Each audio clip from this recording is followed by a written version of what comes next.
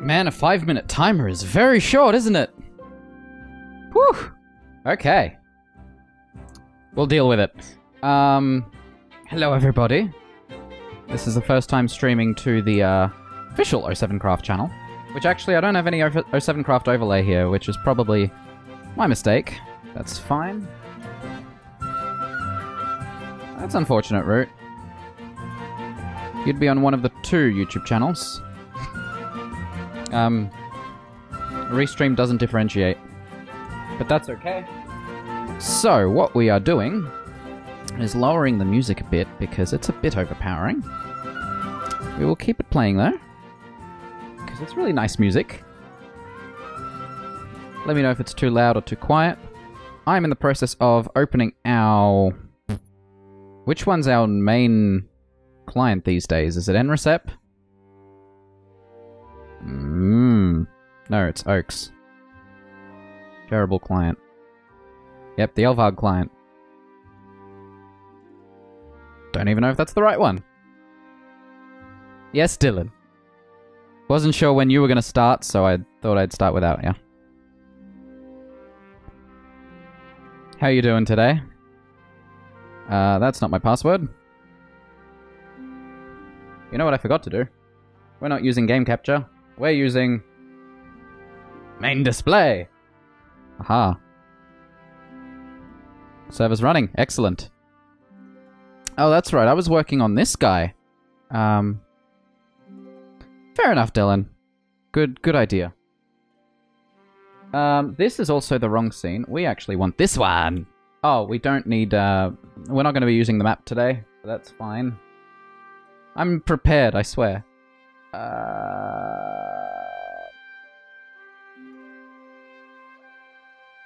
Not that one. Aha, TV display. That's what I called it. Okay. So, actually, let's take a look at where I was when I did this.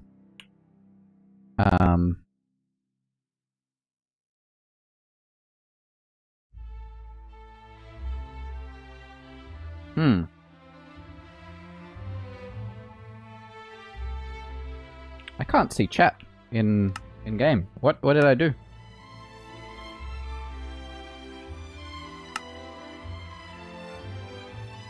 Do I need a...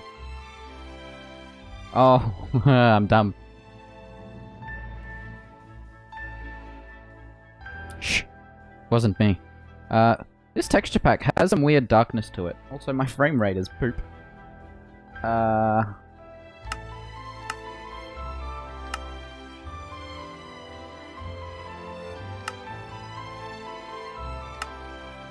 Let's give it some freedom, you know? Oh, that's the center of my display. This also explains some things. Right. So I actually recently learned that Minecraft actually has a biome blend option now. And so what you'll notice is this looks much better. The original looks something more like this, which, you know, is useful for building. And like, when I learnt about it, I was like, okay, so if I do this... My log? Uh-oh. No, I'm seeing my frame rate drop. I don't know, whichever one we packaged.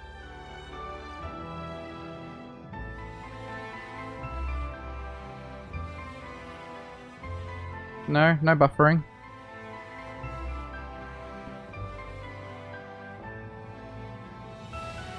I will open Task Manager. I'm seeing my frame rate in OBS drop to 23. That shouldn't be happening. All I'm doing is running Minecraft. My GPU's at 20%! Alright, so... I mean, my CPU usage is at 80%. I'll keep an eye on it. But I think I was watching something when I worked on this. I don't think I worked on this on stream. Either way, take a look at what we've got. So what is likely happening, Dylan, is every time I drag a window, the frame rate in OBS drops significantly. I haven't figured out the cause, and it just happened again. You know what? It's when I have the RuneScape client focused. That's problematic. So, I have built most of this. Nope, that's not it. That's it.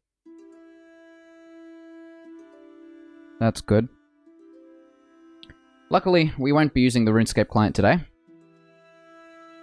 Yeah, rendering lag.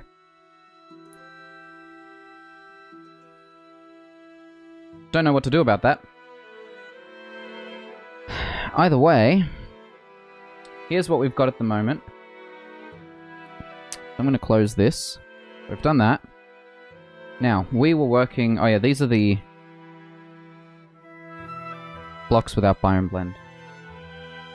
I'm going to close Task Manager because what I've learned is that having Task Manager open ruins frames. I also don't know why that happened.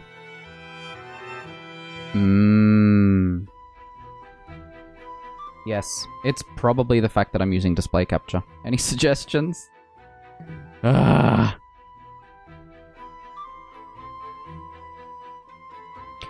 So this is what it looks like without biome blending. And this actually results in some really cool things, like for example, this path here is very obvious. And this is where it turns into... where is it? Yeah, so here you can see two different greys.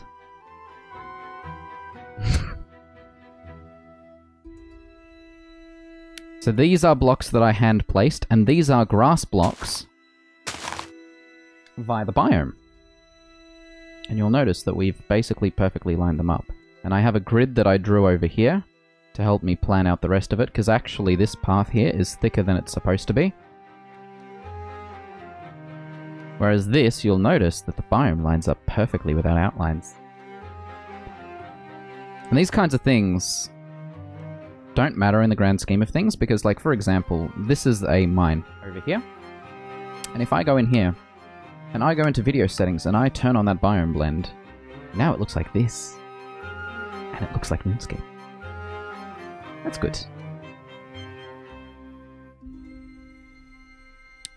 So, forgetting all of that, if anyone stops by and wants to know how the game looks and how we're doing things, I'll show people around. But for most of us, today's plan is Photoshop. So, Minecraft's just unloading that texture pack. That's fine. We don't need this at the moment. Or this. What we're actually going to do... Yes, there is a plan. I just need to remember... We definitely need the outlining overlay. And we're also going to need the map... Okay, we're going to need NetBeans.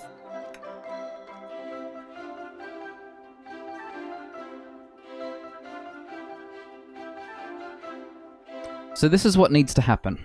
We've done the initial parts of the Asgarnian Ice Dungeon, and that is all the outlines are done. What we don't have is an accurate height map. Now, I did generate a height map before, and that'll be in one of these files somewhere.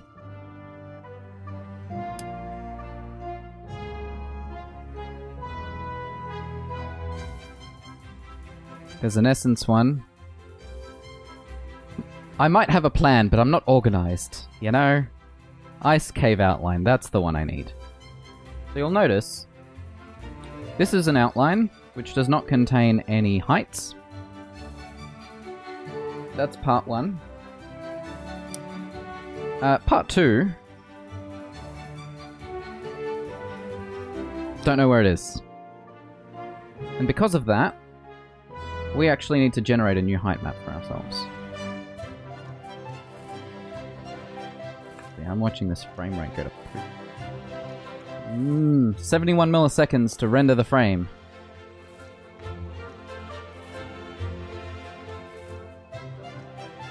Work is work, root. Right, map viewer. That's still loading up. But our Asgarnian Ice Dungeon is accessible through this. Whoa. I can see the cursor lagging. Game mode's off. I turn those things off. No, it'll be in the Xbox section.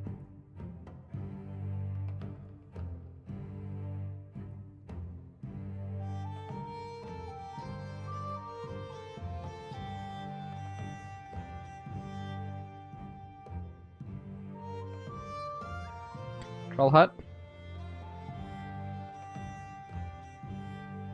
I don't know the map, I don't know the map that well. Oh, really? Hmm.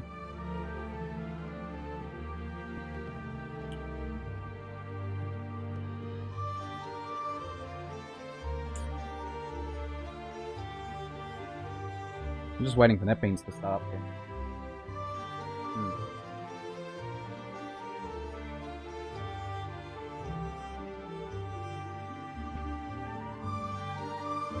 Why does it remember root and not me? Oh, I have it in that mode, do I? Eesh. Okay, so, actually, GG no potato. This is what I was talking about when I meant I was planning on programmatically adding the trees. What you'll see here are green blobs. And if we go down to Tutorial Island... This is the spawn building. These frames are bad.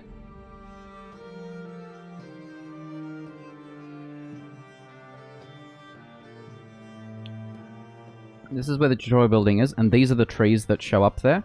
There's also a giant oak tree up here. Hi Undersama, how you doing? Warp. Where are we warping to? Brainor? No.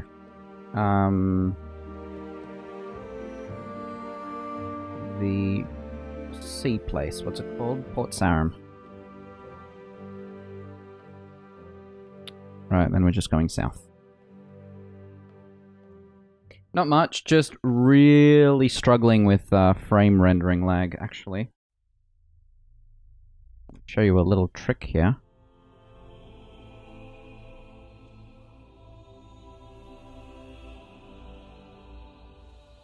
Yep, we are missing this building. We're missing a pretty simple building, guys. Definitely running 16x.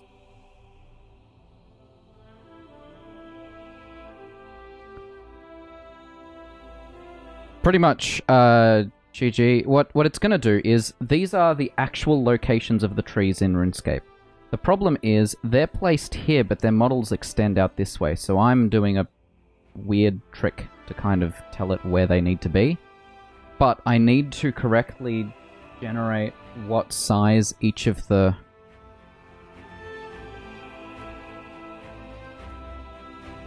I need to be able to actually tell it, hey, this particular type of oak tree is this big.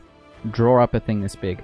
And basically what'll happen is all these green markers across the map will tell me where I need to place the actual trees.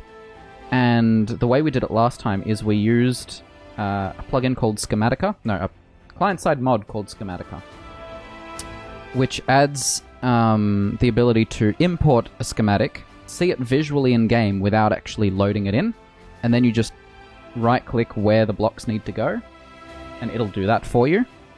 So yes, we are missing this little hut. I can tell you that for sure. You are correct. And you know why that is. What do you notice about this section? You can only see one corner of the building.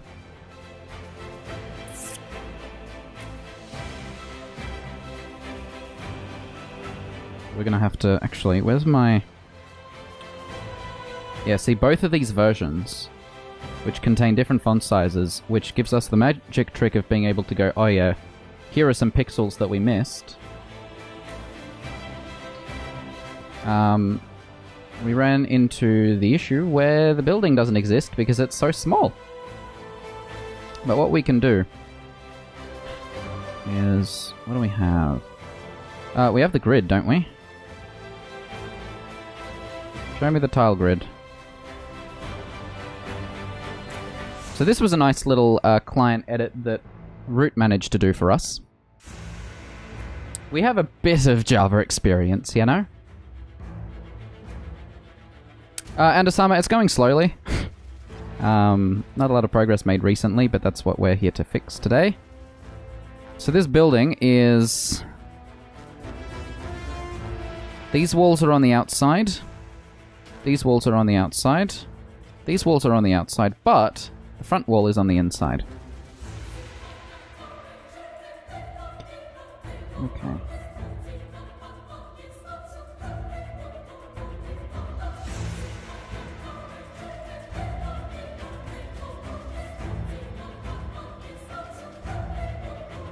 Wrong one.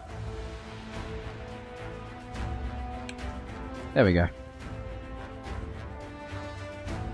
So I'm going to do this with game capture. See if it helps, but I don't think it will. Either way, we're going to quickly add in this building, because it's missing. I don't like that. Now, the great part about this, by seeing the grid,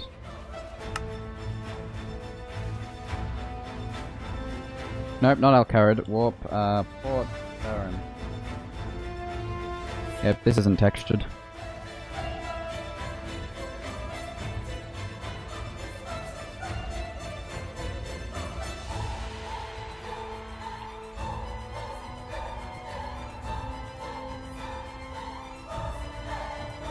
Now what's interesting is we have that blue marker there. I'm curious if that's for the fireplace.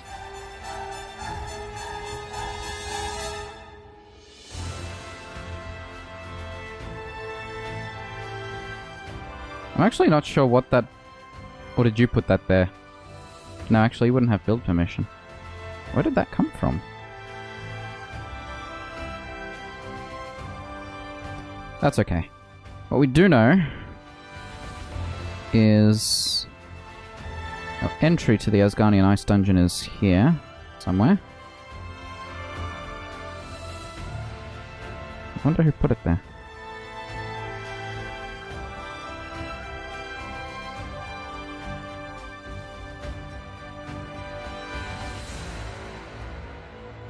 Because it's not the fireplace.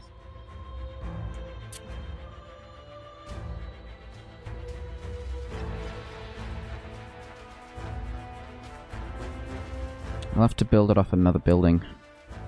Okay. Fine.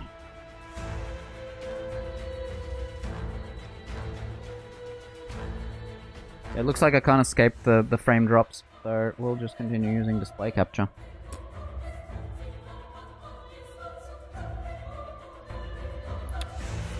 And I'm gonna skip this song and enable our tile grid. So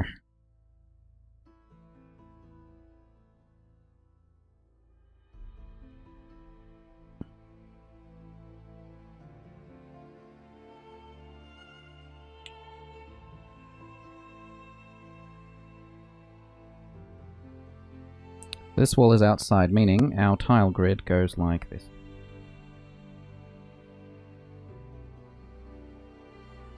Whoops.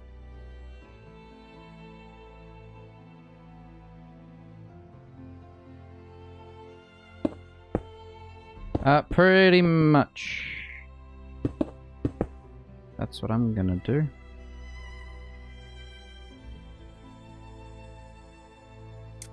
What we're gonna do is 1, 2, 3, 4, 5, 6, 7, 8, 9, 10.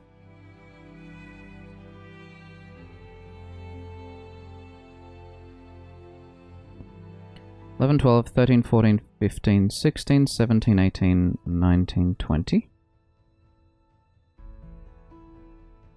21, 22, 23, 24, 25, 26, 27.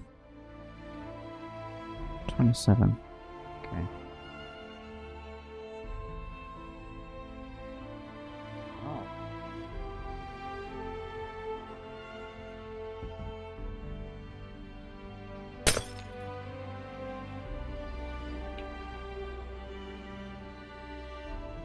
No worries, I'll probably still be around, weirdly dropping frames all over the place.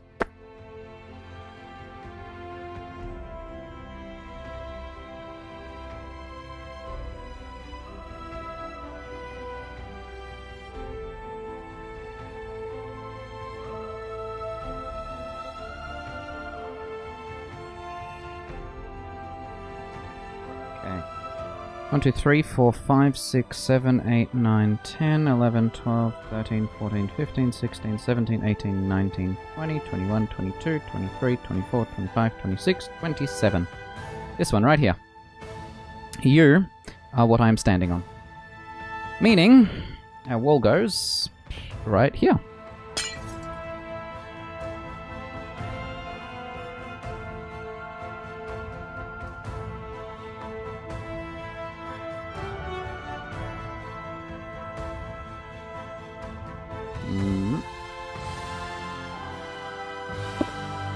That's not what...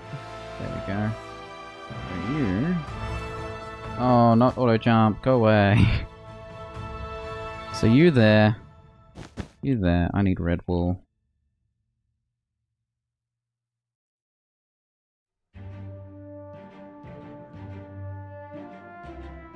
Yes, it is 1 tile equals 2 Minecraft blocks. No, actually, hang on, that's wrong. This is here. Because you're already internal. 1, 2... No, hang on. That's external. I was right the first time.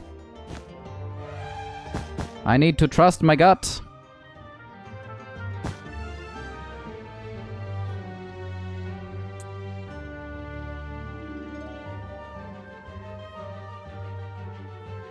This song actually reminds me a bit of the early Harry Potter movies, of this song.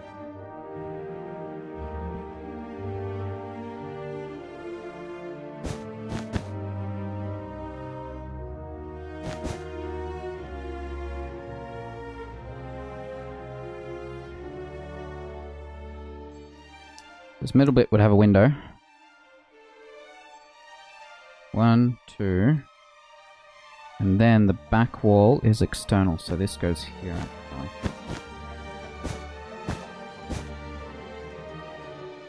You know, you should fix that.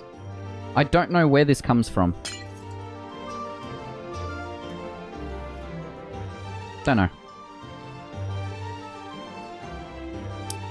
That's 1, that's 2, that's 3, that's 4.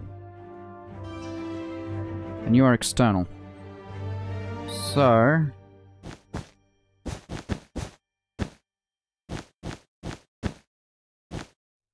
Unless the glass is supposed to signify the cooking pots.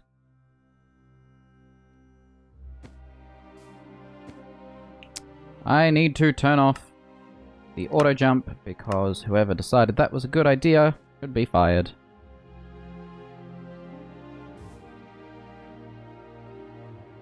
Right.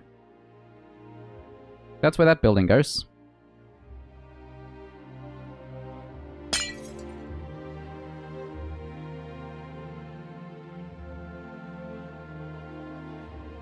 Just like that.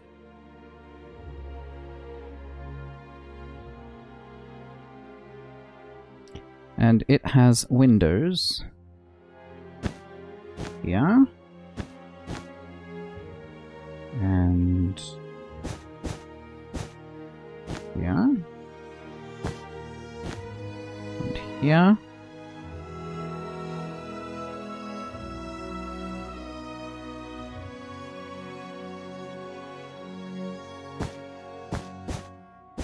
And there.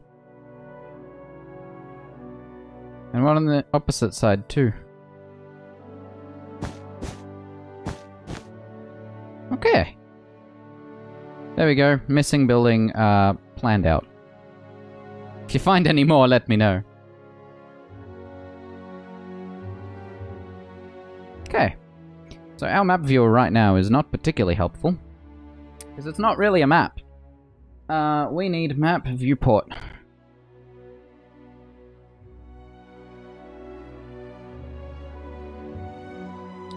Height map.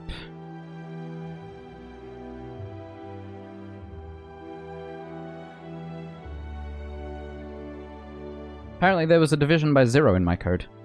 So that's interesting. Right, the trees. And the fences. Fence. Ha! Oh, I'm glad I commented this.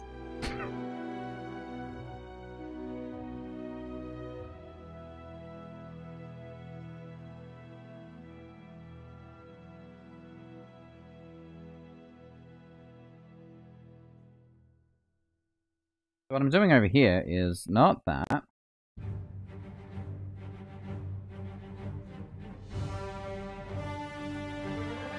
But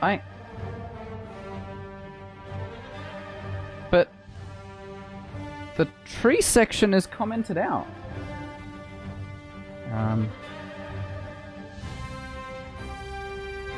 Guys. This is the tree section. Why is it still showing green?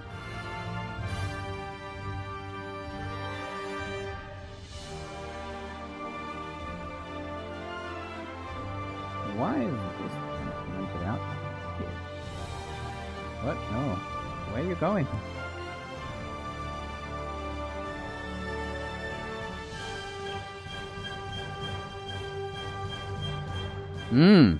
Here are trees. Trees below.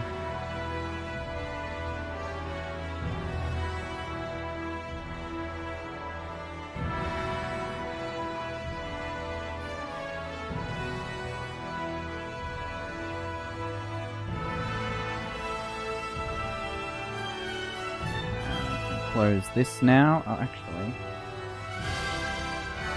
I should be running it in debug. Because the cool thing about running this in debug is it has this button here. I think. One of them. Okay, that looks more like a height map. So, we need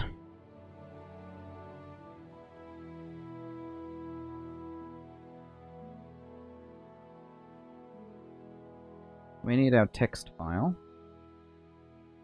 which contains coordinates. What did I call that file? Coords?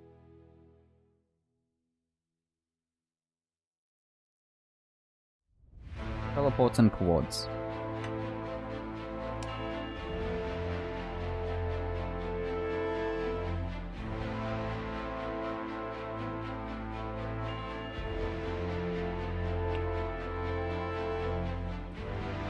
This is the only problem with this spreadsheet.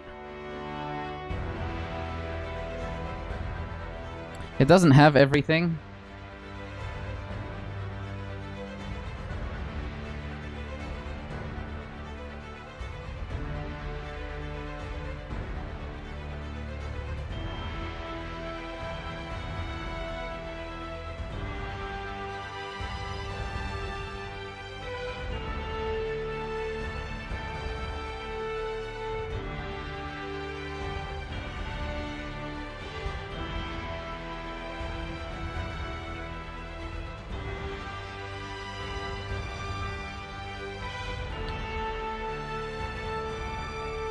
That doesn't look like an 8, but I'll take it. 9, 5, 8, 2. Here we go. We are here. So, here's what we know. This place is huge.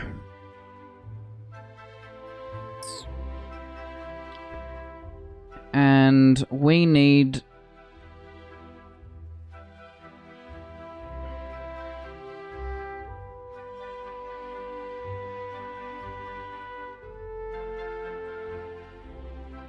I see what you did there, Dylan. Now, the interesting thing about the way RuneScape does its underground is it's just offset by a few thousand coordinates on the Y value.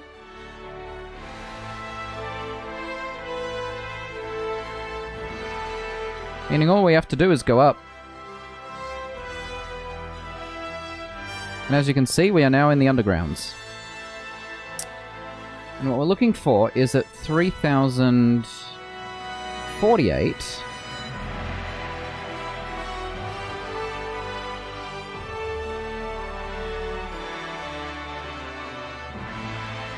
$9582.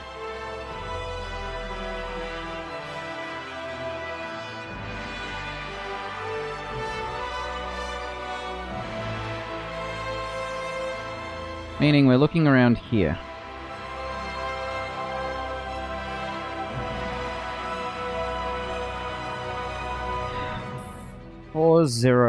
Sorry, 3048.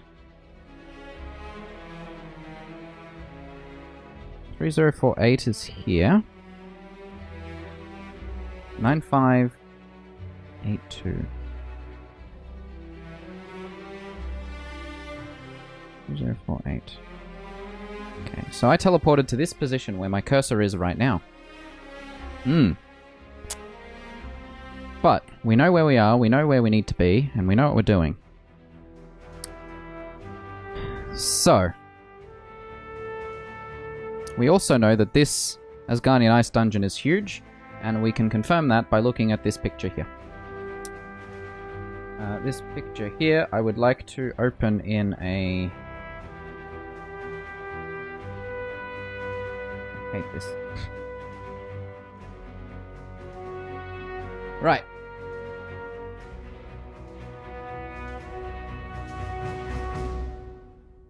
We're looking for something shaped like this, which is stored in this layout.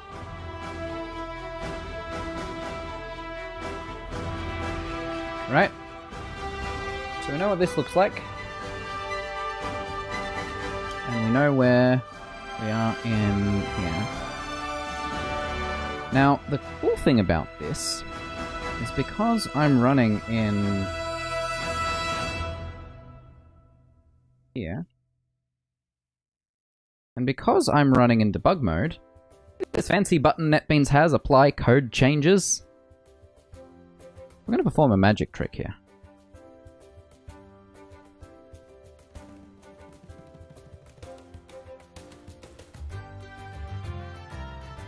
Now we know what we're looking for. From this spot here to this spot here. Real-time code changes.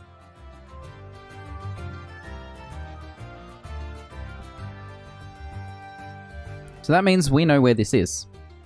We actually have code to console log our coordinates. So this is literally this. And the other cool thing about this is you'll notice down here is another underground section. This underground section down here, this is Tutorial Islands underground.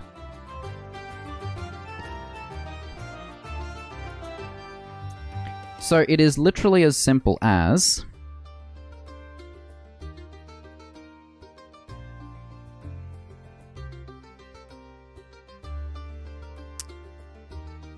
we need a zoom size of 2.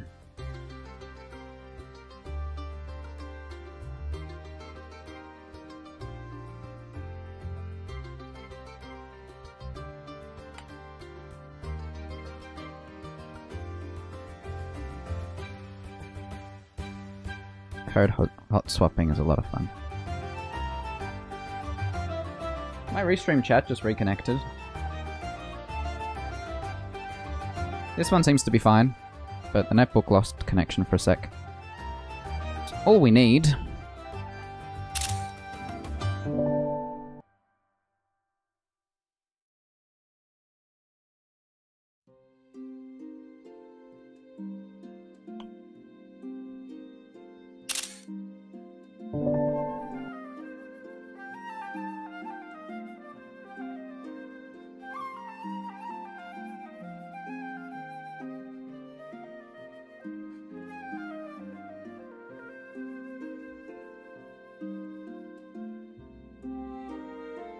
Now, I feel like I did something similar for this ages ago.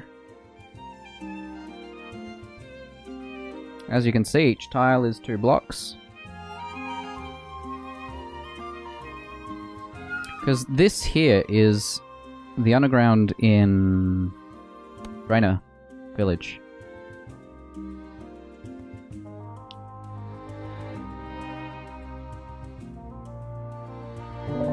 Whoops, that's not where I meant to paste that.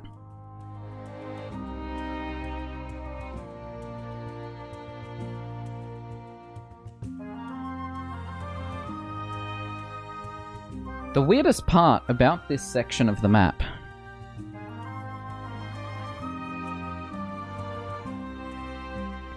is you'll notice this section in the height map goes up very high very quickly. That's exactly what happens in here. If I go this way,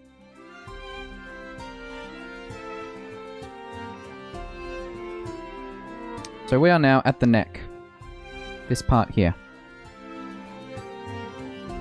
If we go along the neck, sharply inclines, and this is very high up compared to what's down there.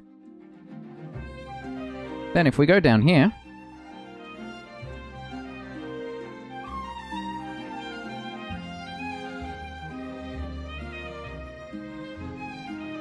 so now we're in this section down here, and as we walk down here, it sharply declines, and now we're down here by the ladder. So, here's what I'm thinking. We do have this caves PSD, which is what I generated ages ago, but I didn't have code hot swapping enabled. Meaning, I have all these undergrounds stored, but I don't have their height maps in the same file. So what say you guys?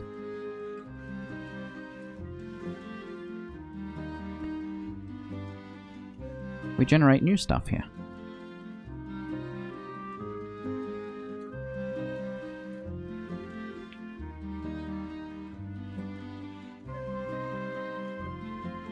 I see what you did there, Dylan.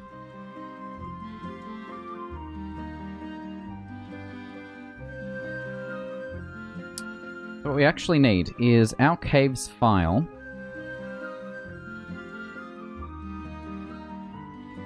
This is not the middle. We actually need to go up this way.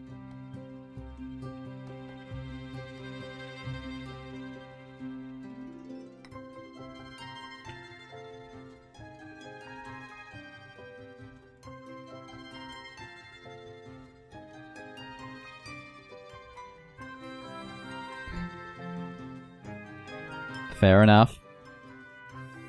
Okay, we are about here. That's too far.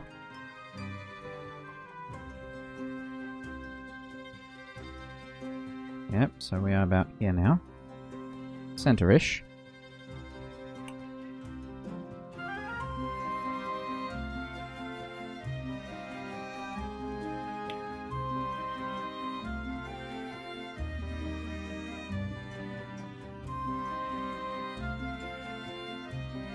Now the only problem with this tool is that it is very heavy on all the resources.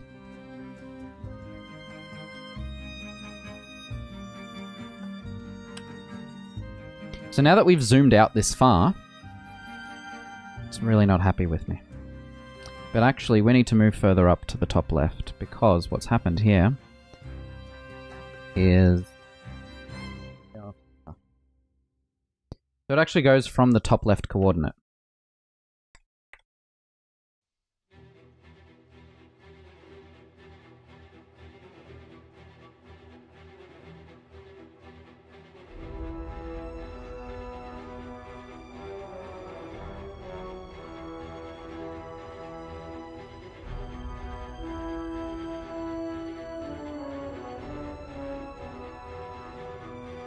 Because none of these is the height map, is it? Oh no, that's the height map. Oh, I had one of these already. Oops.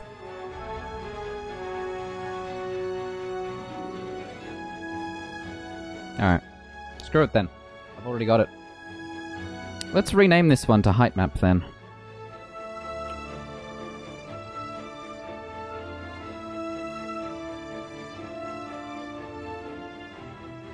Now, my computer seems to struggle with anything. Whether it's graphics, whether it's CPU.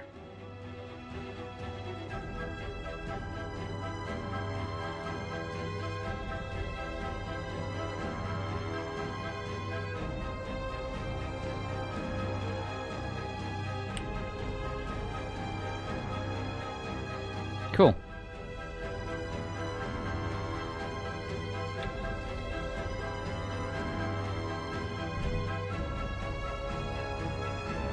So let's hop back into Minecraft.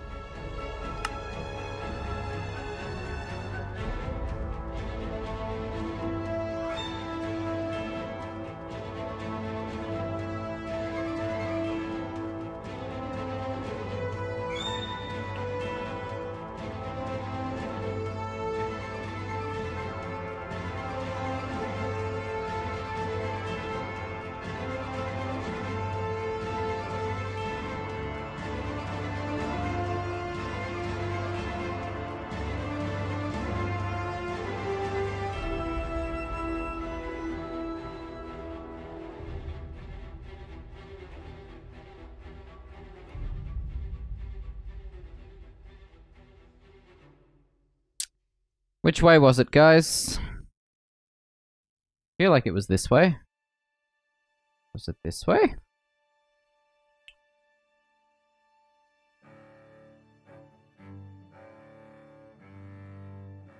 No. It must have been some way.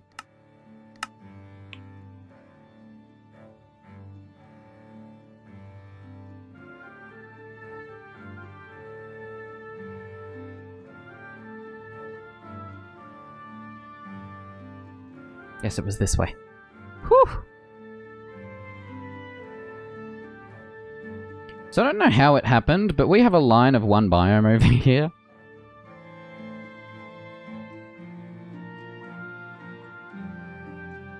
Like, that's purely by accident. So this is what we worked on last time. This is the cave we're looking at the moment.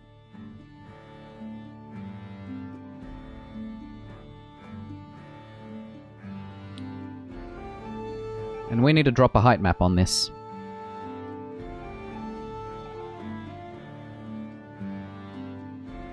So the question becomes... I'm thinking... That's 128 pixels.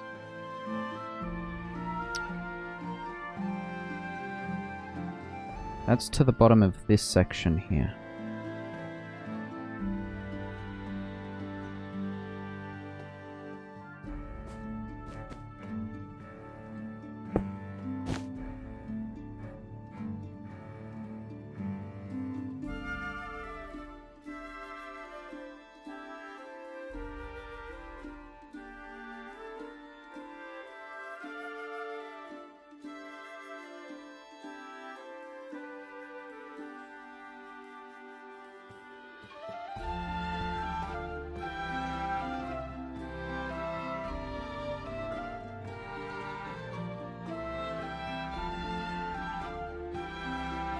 $127. Guys, we're off by a single block. Not even...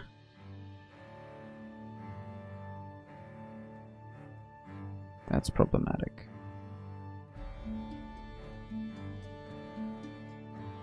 Not even a tile, but a block. That's really not good.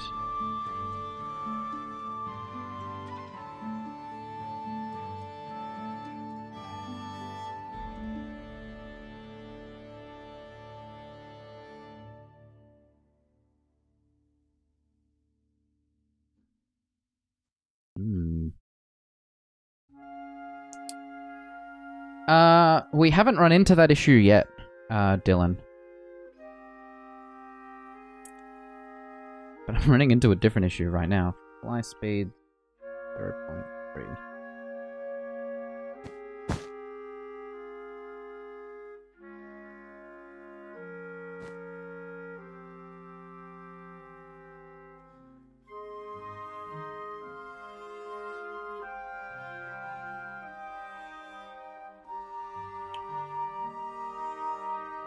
169 between here.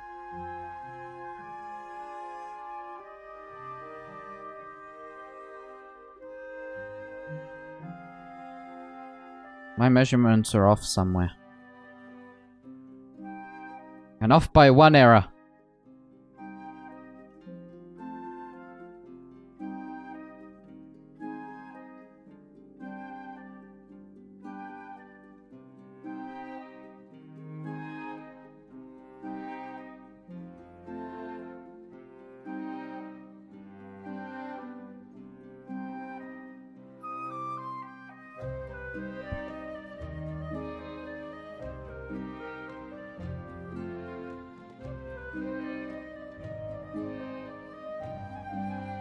Size?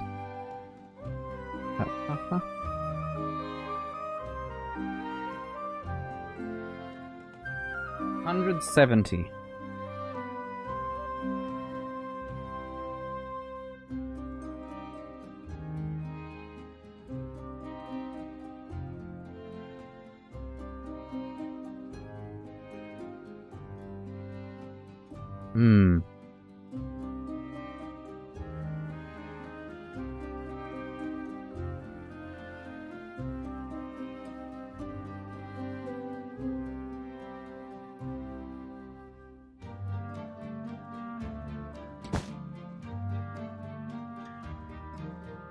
Where'd I go wrong?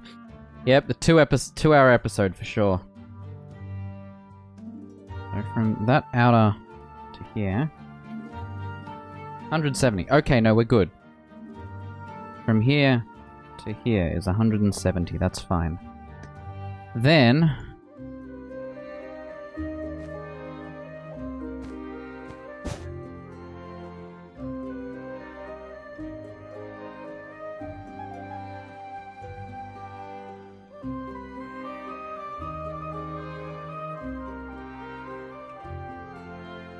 please, 128.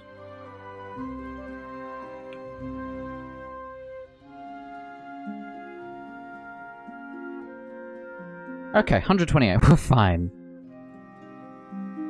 I must have misunderstood the coordinates. So, we have all of these. The only thing we don't have is this section filled in. So... I say we don't need it.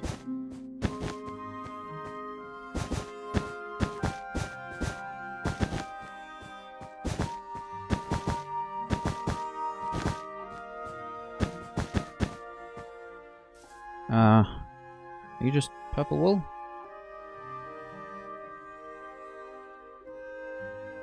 Yeah, that's what I thought, Dylan. I couldn't remember for sure.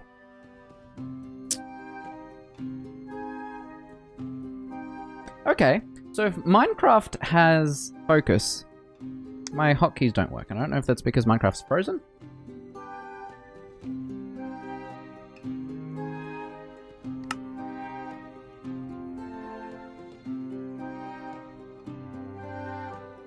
That's what I meant to do. Magenta wool.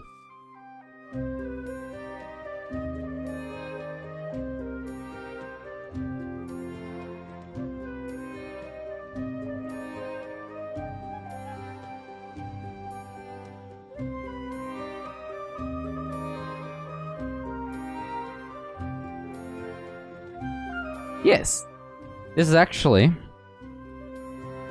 this cursor is a Overwatch cursor. Downloaded a cursor pack. It's not great.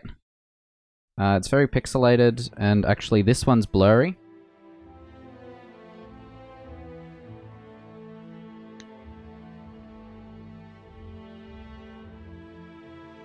But it seems the latest Insider builds managed to persist the...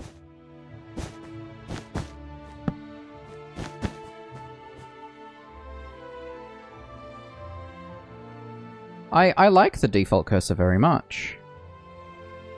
I just play enough Overwatch that I was like, why not?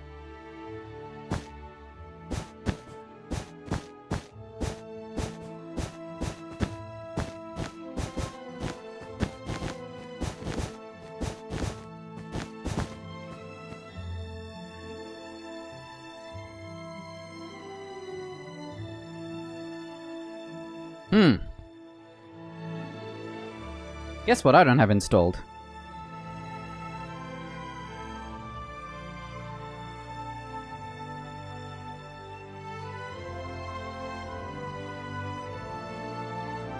I'm gonna need World Painter.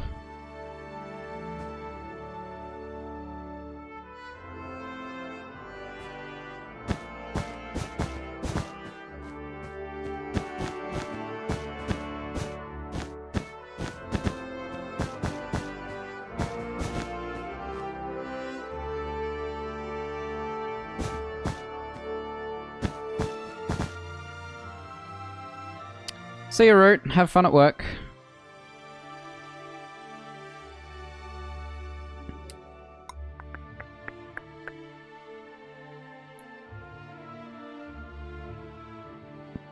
What's his sign?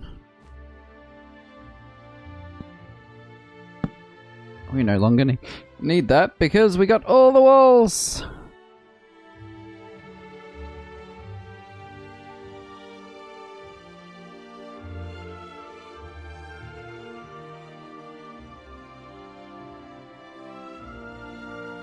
The cyan blocks are these little guys.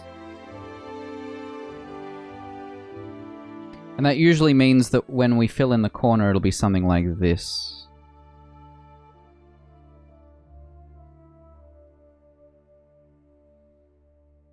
Sometimes, sometimes not. Really depends on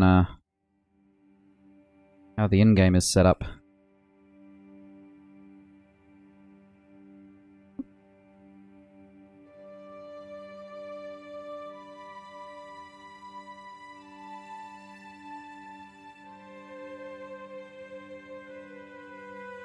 Either way, as long as we have the walls, that doesn't matter.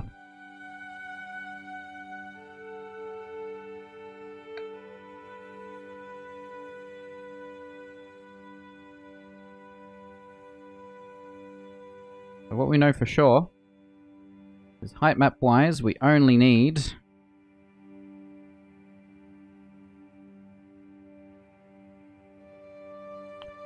from here to here to here.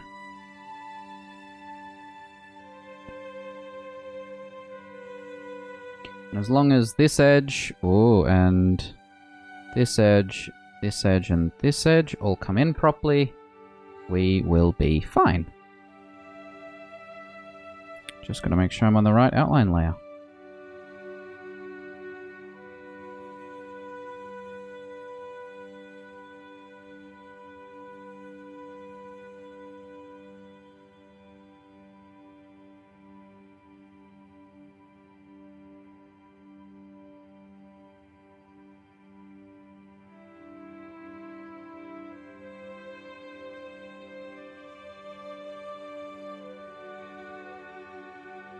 Our entire landscape in 07 Craft was crafted using a combination of something like this, a height map, and this lovely tool right here called World Painter.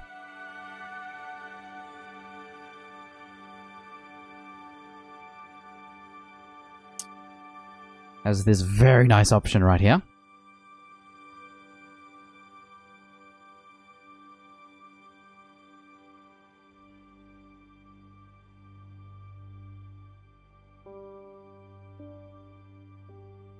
Why isn't OneDrive listed here?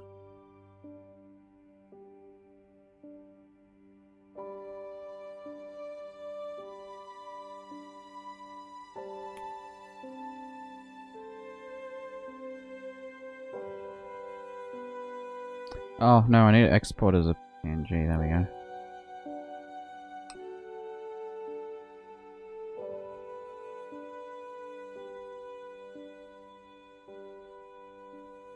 I need it pixel perfect.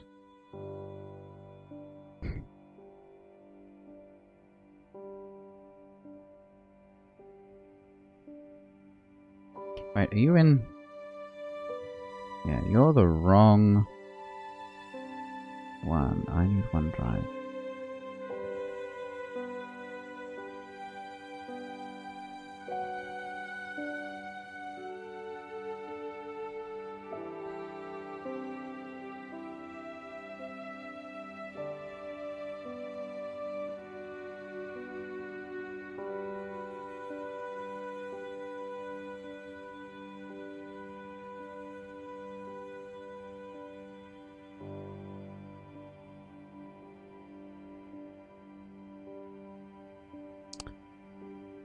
here's the issue we're gonna run into.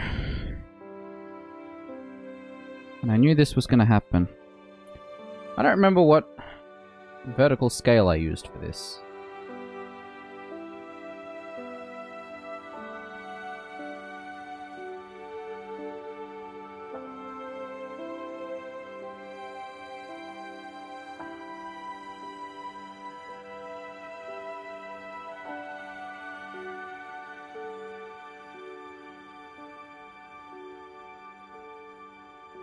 I legit don't remember.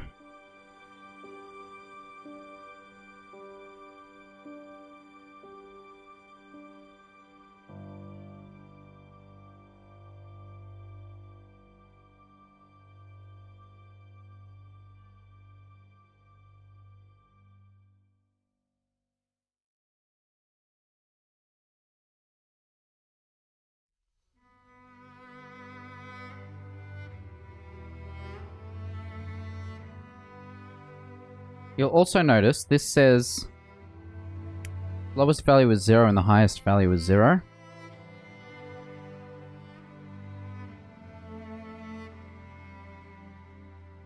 Which is also wrong.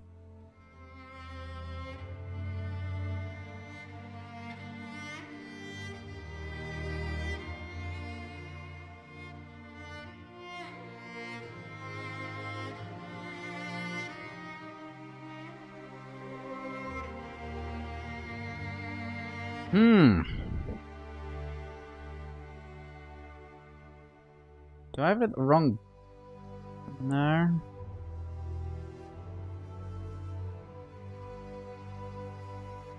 Okay. I'm gonna do the same thing with the Rune Essence Mine. And that's also seeing 0, 0. Wrong.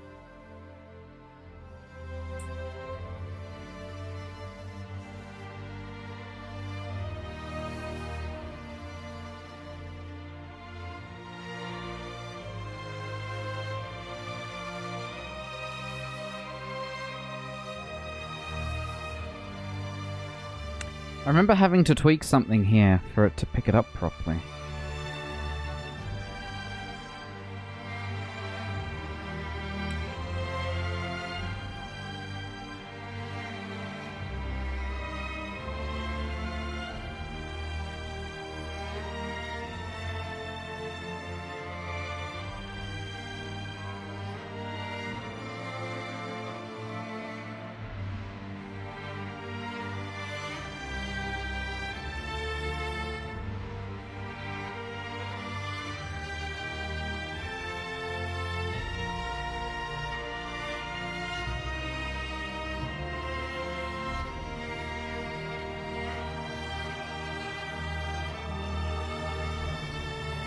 There we go. Lowest value 2, highest 33.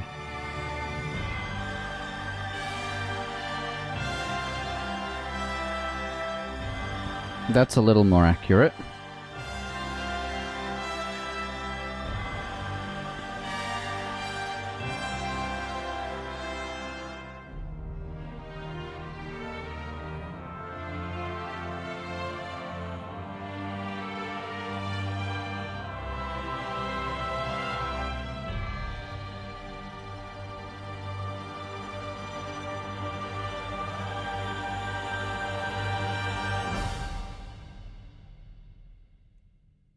These are not even sorted alphabetically.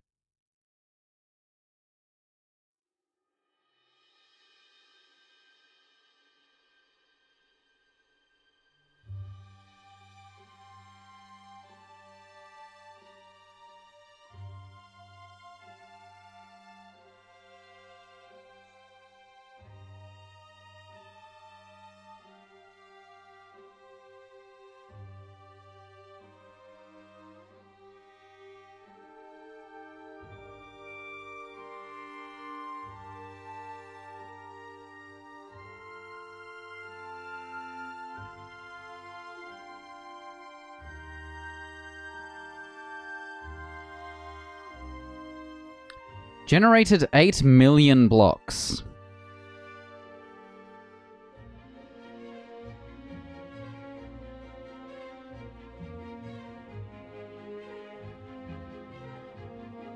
But I wanted only sand.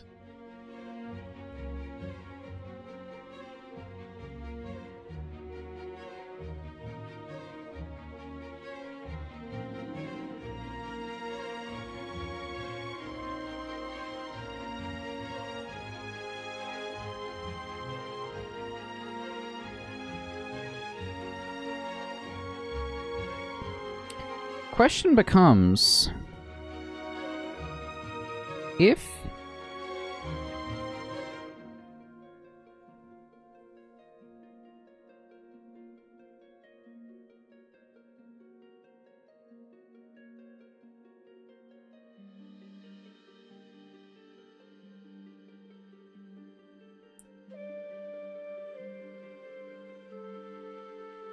I guess there's a minimum world size?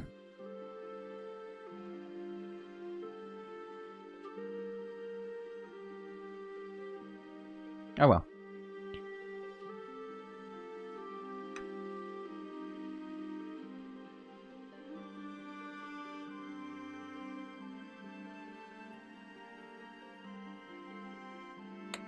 Step 2. We did the same thing for the overworld that we're doing now for the Asgarnian Ice Dungeon. And that is...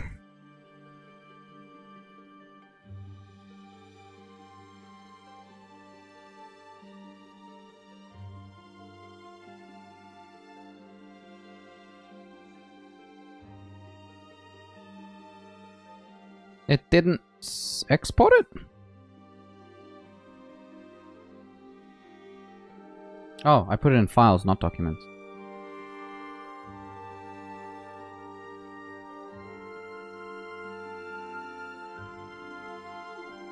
That's why.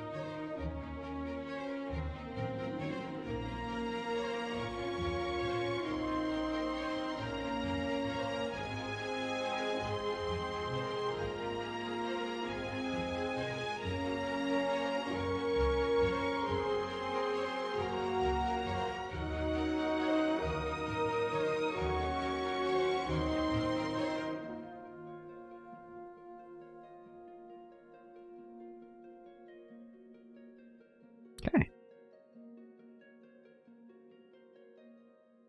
So this is where the question comes in.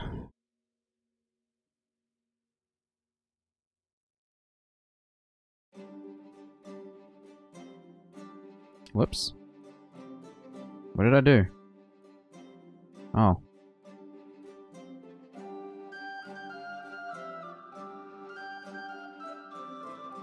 Whether this is too tall. Hey. Because we know this section here is this section here. Now, does this feel accurate? Because there isn't really a definition for vertical height. Now, because we have the borders, we can actually import that schematic in here. So let's do that. And that'll give us a better indication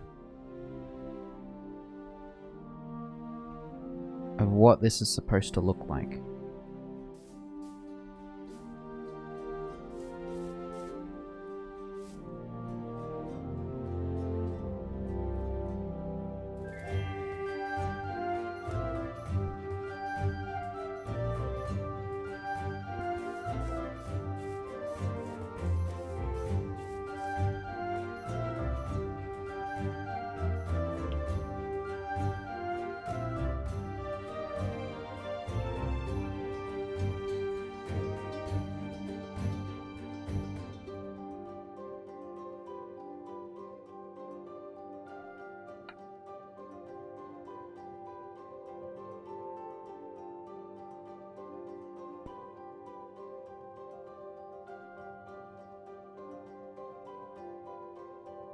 Hello, Def. How you doing?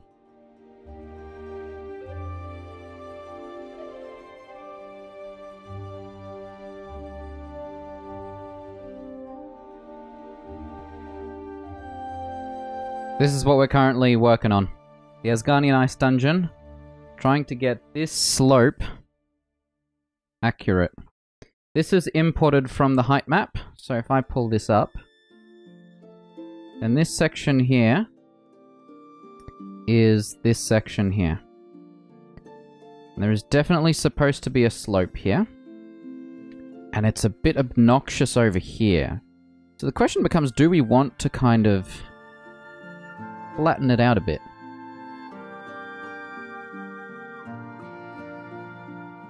In the meantime, I'm going into the World Edit Schematics folder.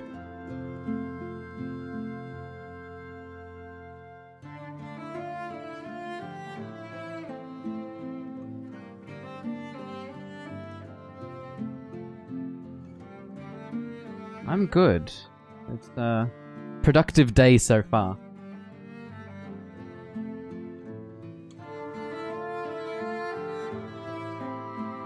Right. Let's import this.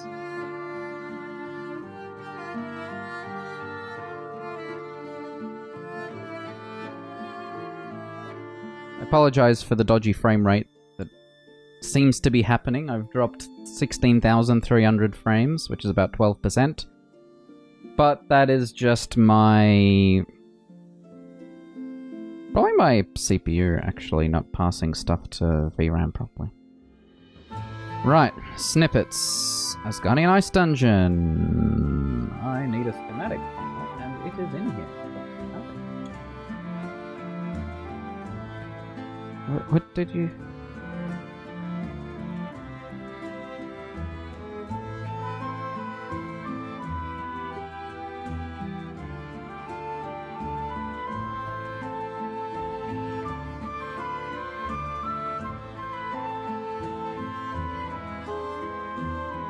Why is it named Schem instead of schematic? What did I do differently?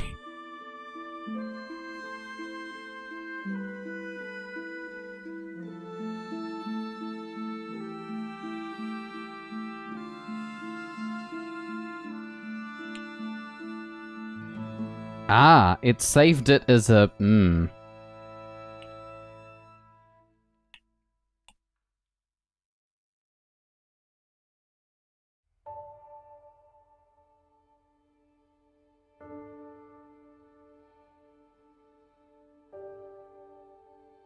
Weird.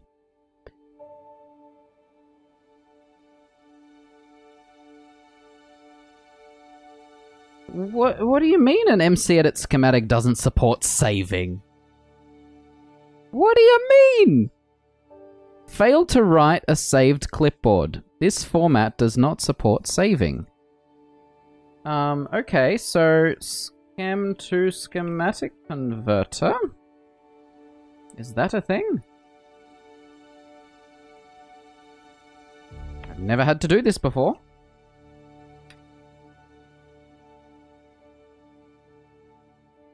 What did it actually save as? Sponge schematic.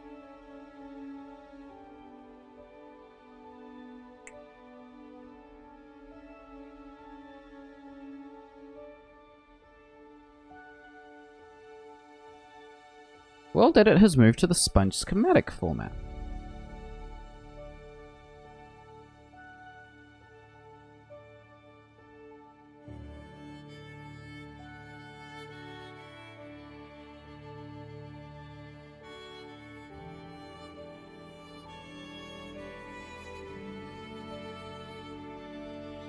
Do I have to update MC Edit? Is that what has to happen? I am so lost.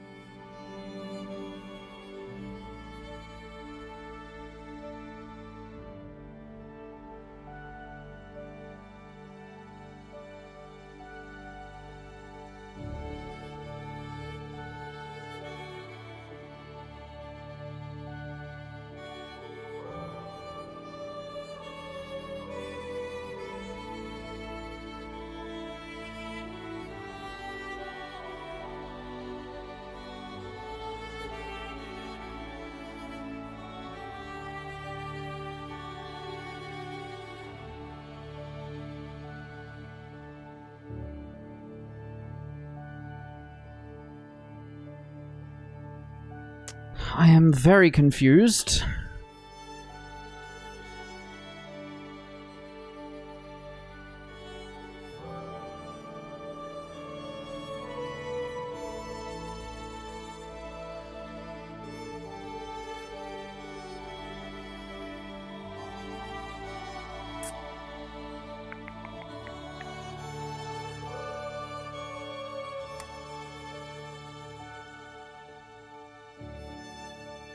Just hoping it opens this.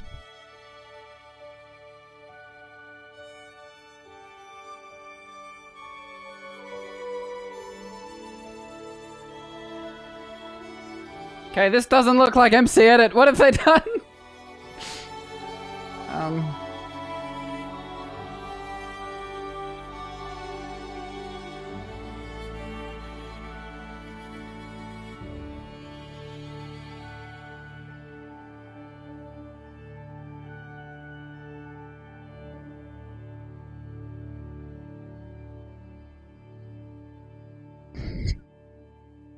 I am confused and mildly alarmed.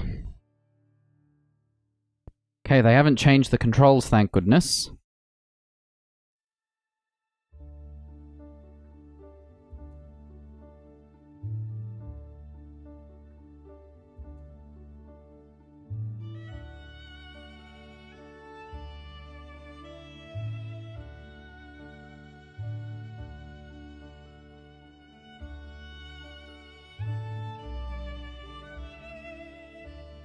Please tell me this supports schem files? Sponge schematics? So I clicked... Oh, I hit the wrong button.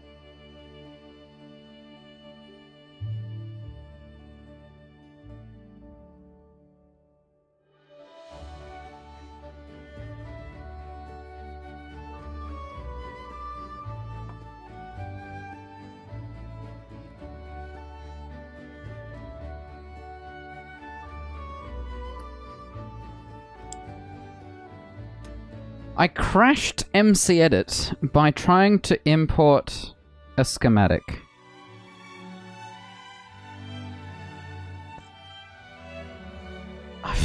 Fine, we'll export this as a schematic. Oh, I probably have to select what I want to export, right?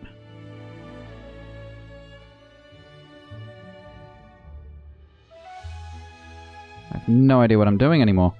Also, that's not sand. That's... I can work with that. I can just do a Control A. Sweet. Okay.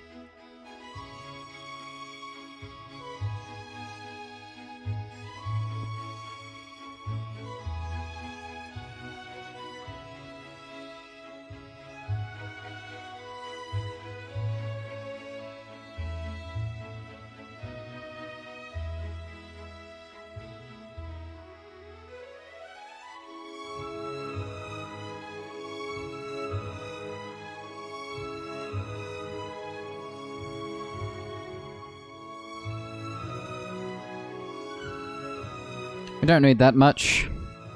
I'm back for 7 minutes, Root.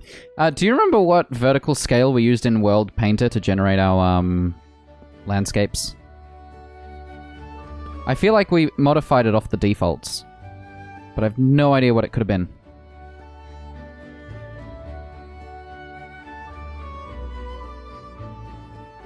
Because I worry this is going to be too steep.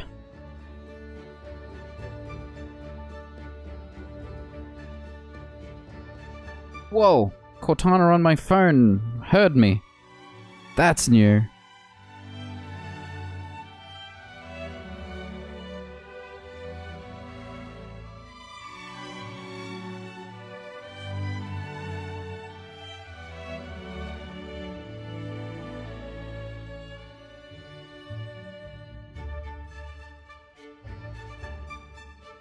Here we go. And it gives me a .schematic file. Yes!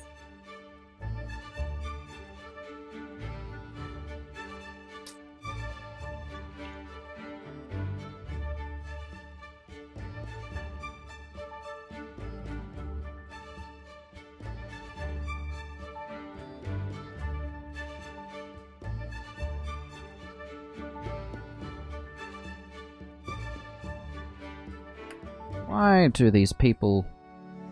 Yeah, something like that.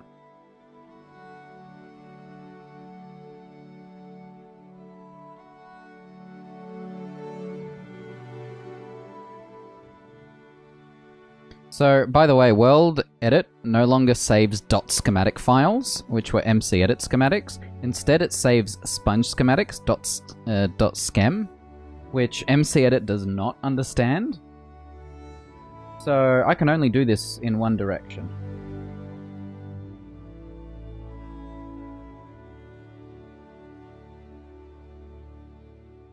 Meaning this is going to be a pain.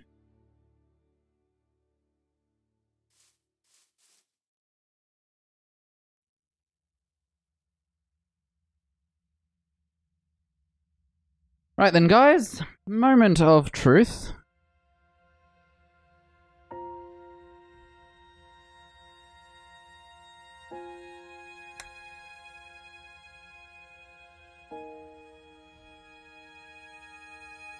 Don't even know if the scale will be correct. Uh-oh.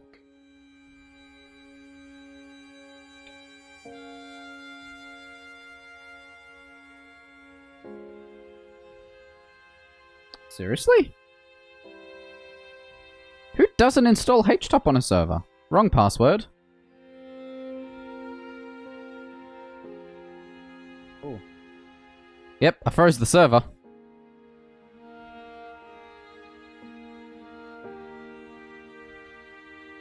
That's okay.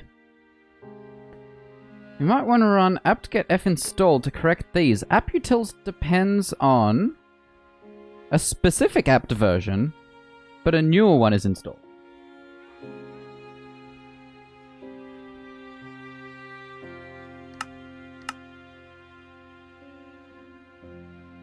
The server still thinks I'm online. At least Glances is installed. I can use that instead of HTOP, but geez.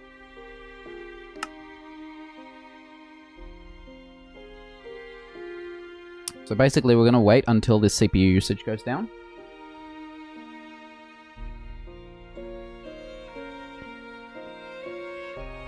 Probably doesn't help that I only gave it 1.6 gig of RAM.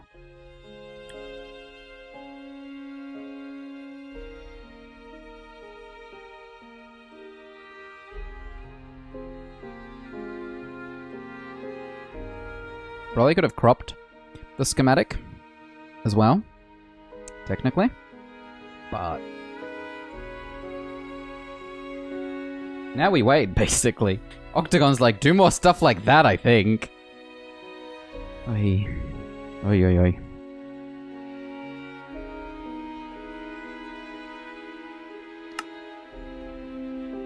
It'll eventually catch up.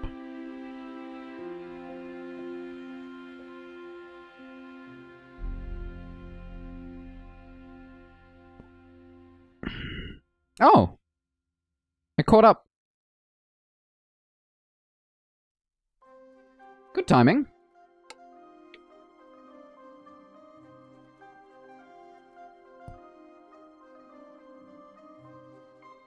Now the concern is going to be the fact that... Yeah, it really doesn't like that. The concern here is going to be the fact that the game froze when I pasted that sand in. Meaning, moving the sand around is not going to be easy. But the good news is we have sand. So...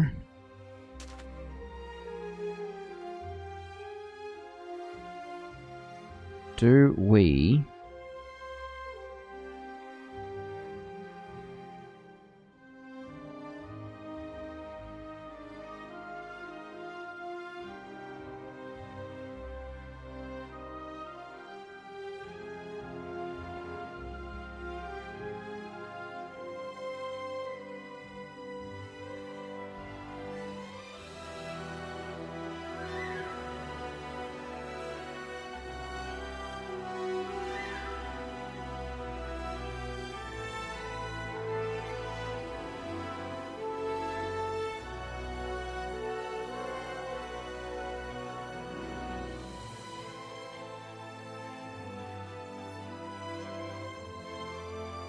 I pasted it and the game froze.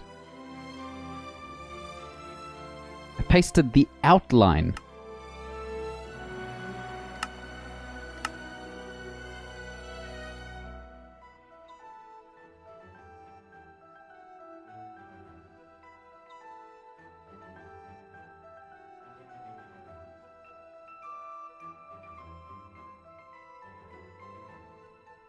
Snad? What is snad?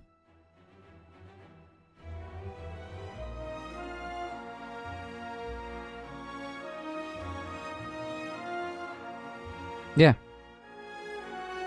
Maybe if I used paste minus A.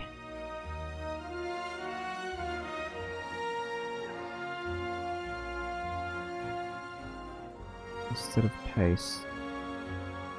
It would have been handy on both fronts. Pasted it too high.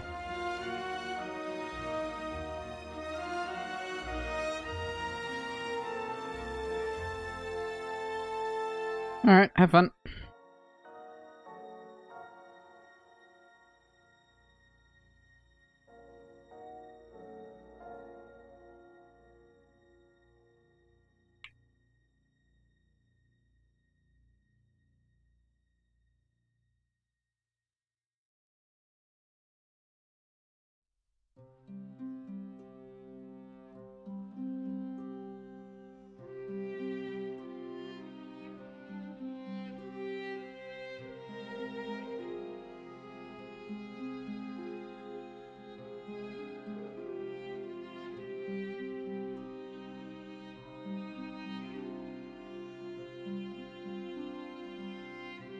Oh, I probably need to move it up one block.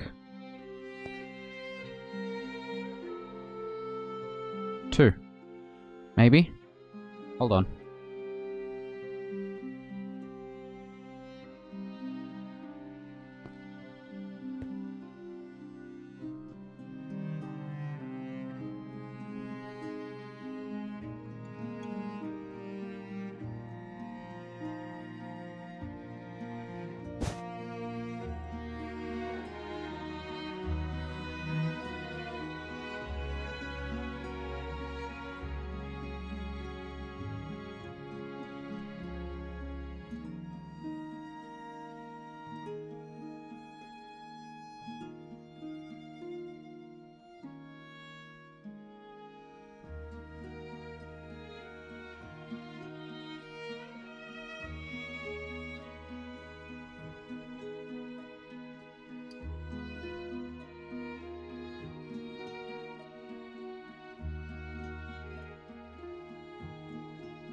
Oh, whoops, hang on.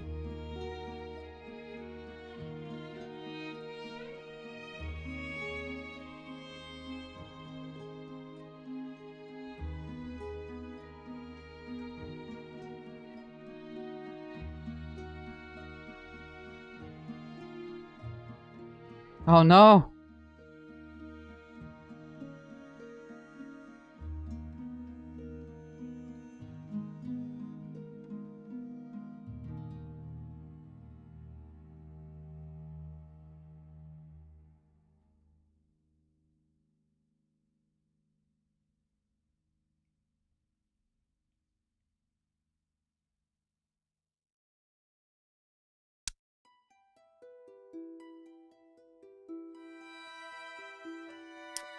Hello, Prototype Gamer 9. How you doing? Hope your Friday or Saturday is going well.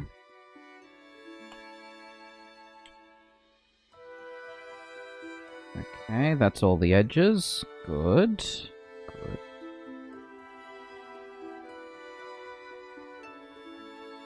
What brings you here?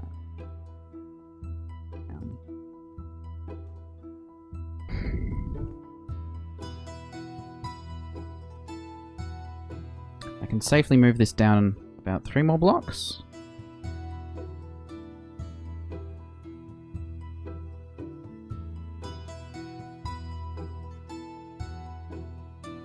Whoop.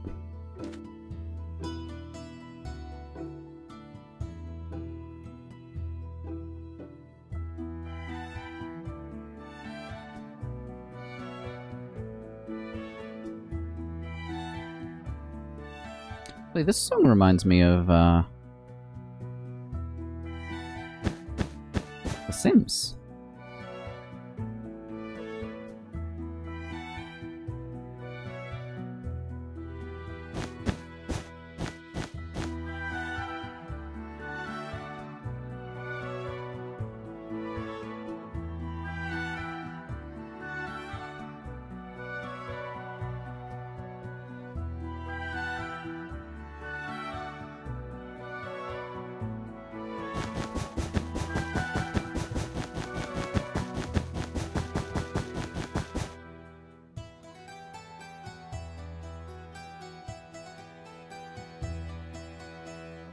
You weren't the furthest block, were you?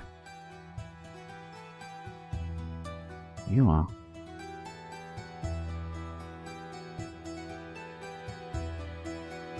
Getting this stuff to line up, I swear.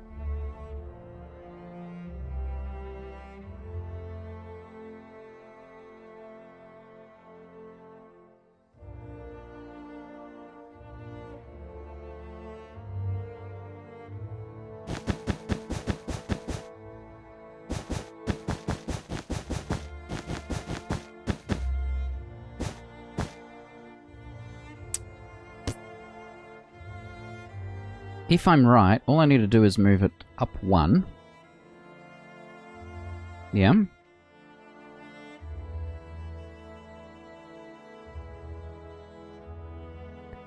Up 1 would be good. And how many this way?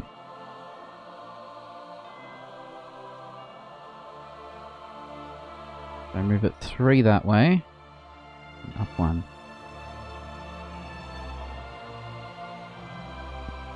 Let's try it.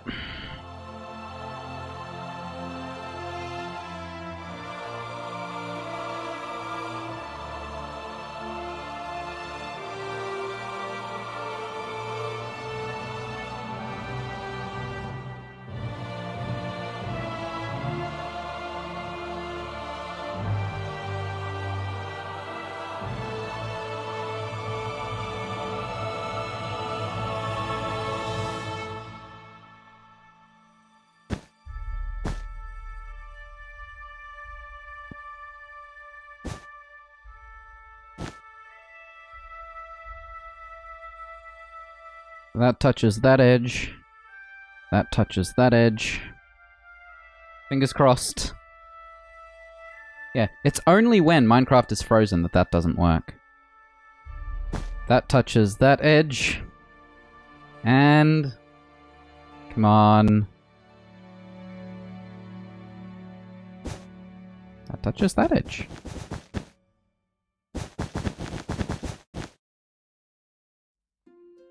Okay.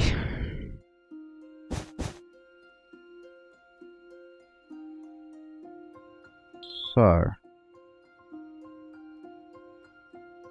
This means...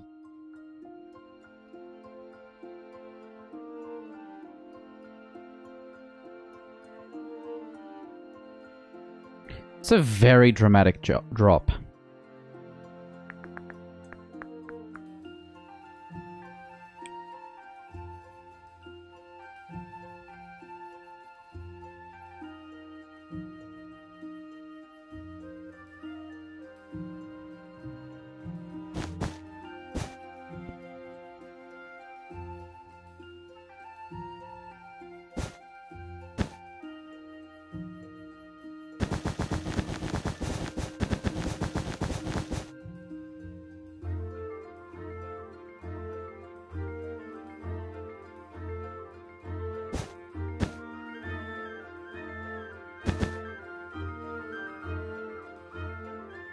Now, normally I do this the other way round, where I paste the sand on top of the outline.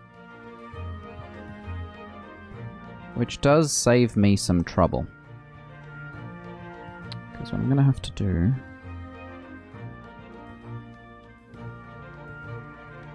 grab this sandstone. And draw. Here.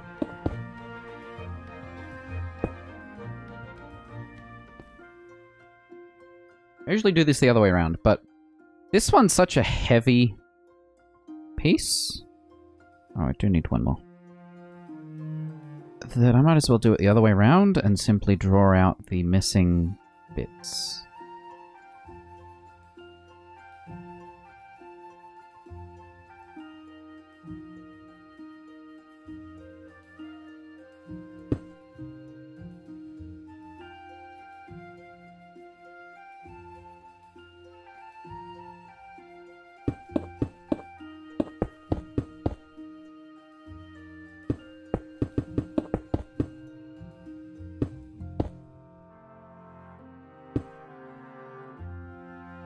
Mm-hmm.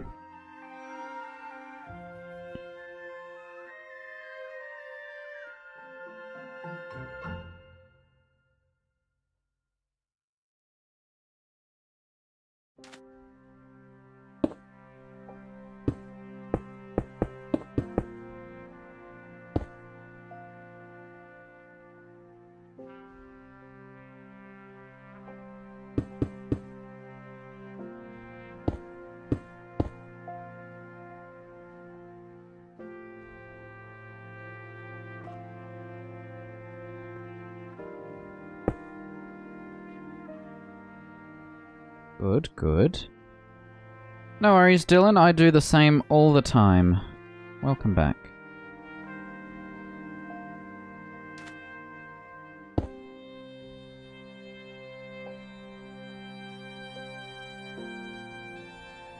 What? No, it's not. But this is actually in-game. Probably because of display capture, which is fine.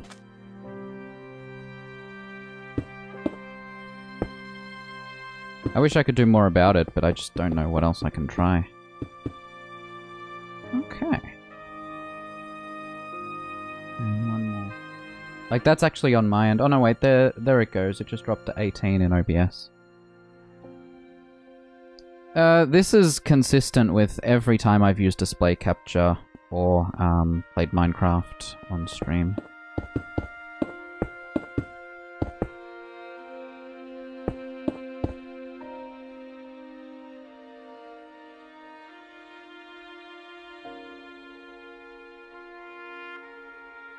Okay.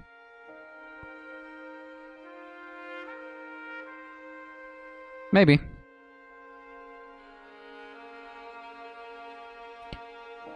Right then, so this is how the outline fits. So now what we do...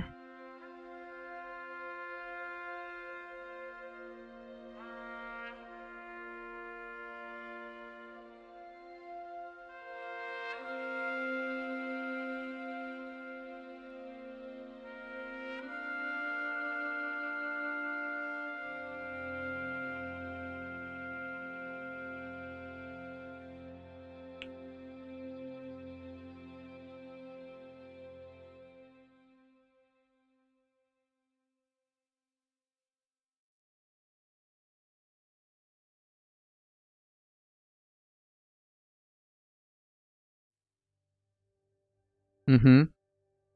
We'll see how it looks once the gravel's all dropped.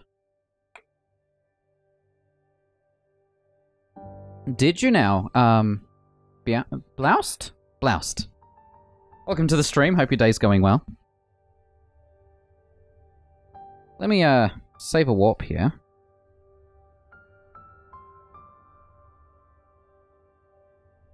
So, Dylan, here's how that, slope looks. It's only currently unclimbable because it's...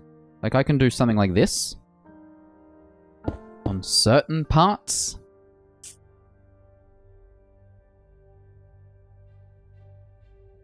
Or, over here... This one's all 2. So I can make it all 1 here. There's some weird heights over there. But, like, that should be fine. It's mostly this one that's going to be the challenge. And we can always raise this lower bit a couple blocks just to kind of even it out a bit.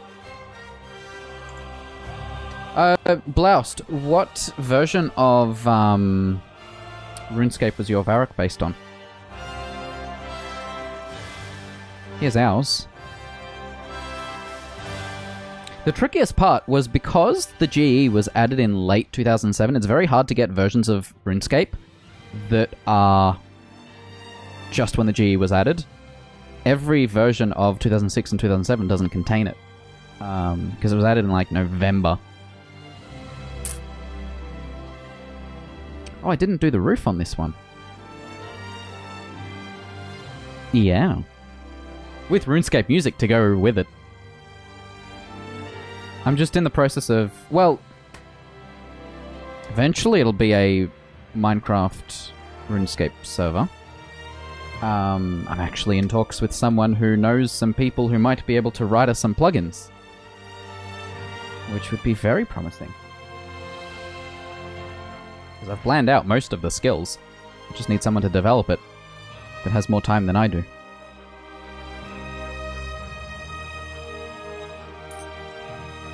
Yeah, round exchanges over here. Any particular cities? Yeah, most 2007 stuff doesn't have the GE. So this is based on RuneScape in November 2007. So old school RuneScape-ish. For the most part, like 90% of it, 95% of it. Of course you can, Dylan. I added you to the Trello, didn't I? Yes, post-2006, pre-2008.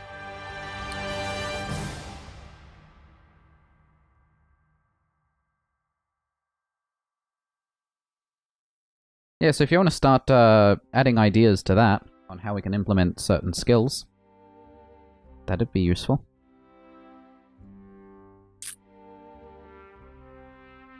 So here's Falador.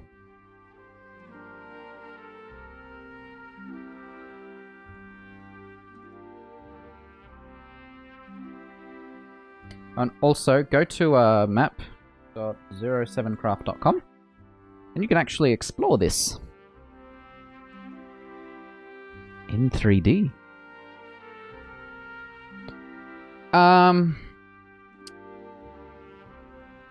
At a time, it's been about usually up to 5 people at a time, but overall,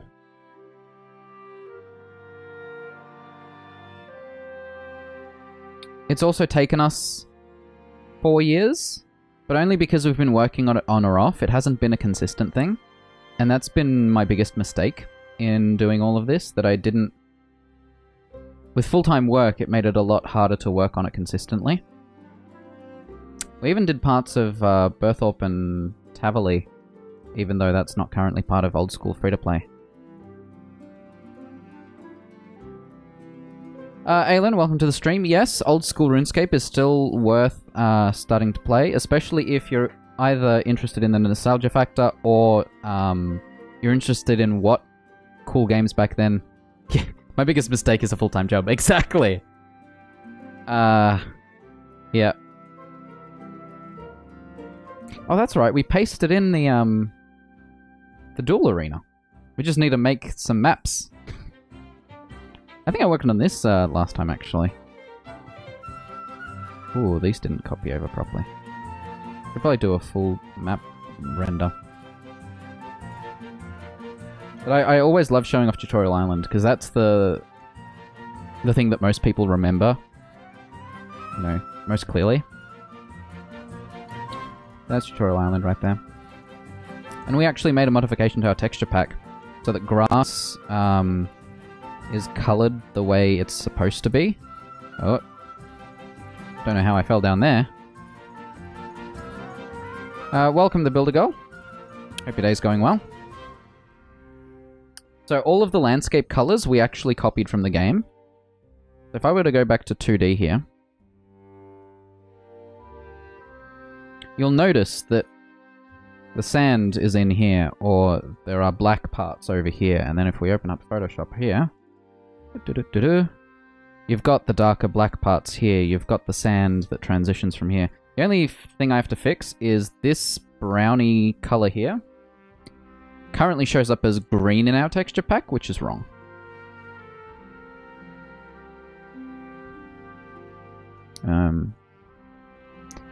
Where's Minecraft? Yeah. But what I needed was this. So these are darker the way they should be. What is this black bar? Where did that come from? Yep, that's what happens. Real life kicks in. And you never have time to do anything. So there's the wilderness. As far as I know, wilderness free-to-play goes up to this yellow line up here. So I'm going to have to actually build all the ruins here. I did start on the Chaos... What is it called?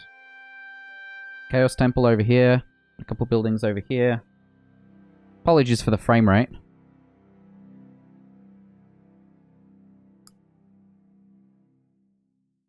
But yeah, map.07craft.com. It has all of our building as it is currently. And then I'm currently in the process of finishing the landscape for the Asgarnian Ice Dungeon. So basically what we've done is, here's the Asgarnian Ice Dungeon. This is a custom RuneScape client. And right now, what I've done is I've got the height map, which is this here. So this is the outline for the Asgarnian Ice Dungeon. Mostly default textures, some of it ours, but the end goal is our own textures because... PP World 474. With a custom texture pack, we can do things like this. Or things like this chair. Or these. Or this hat stand. Or this cabinet. Or these plants. Yeah, I really need to fix the lighting in this texture pack. It gets confused.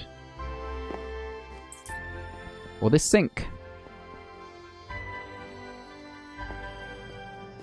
Or this chest, which currently is missing its wooden texture over the top. But don't tell anyone.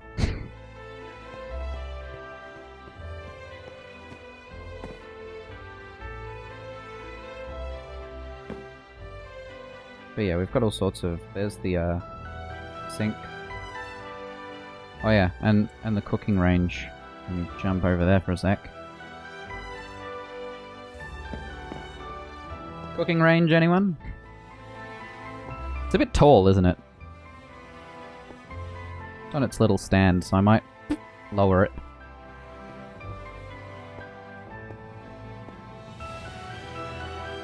This is unmodded, by the way.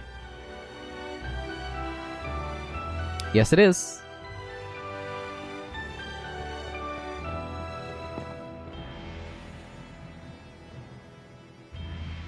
So, if we were to expand out here, this is where you start. This is where you learn wood cutting and fishing. Then you go along this path over to cooking. Then you follow this path along here. You go in there, you learn your underground stuff, which is smithing, mining, combat. Right now, we haven't done out of bounds very heavily, but the plan is barrier blocks. I should have a barrier block in here somewhere. No? Fine.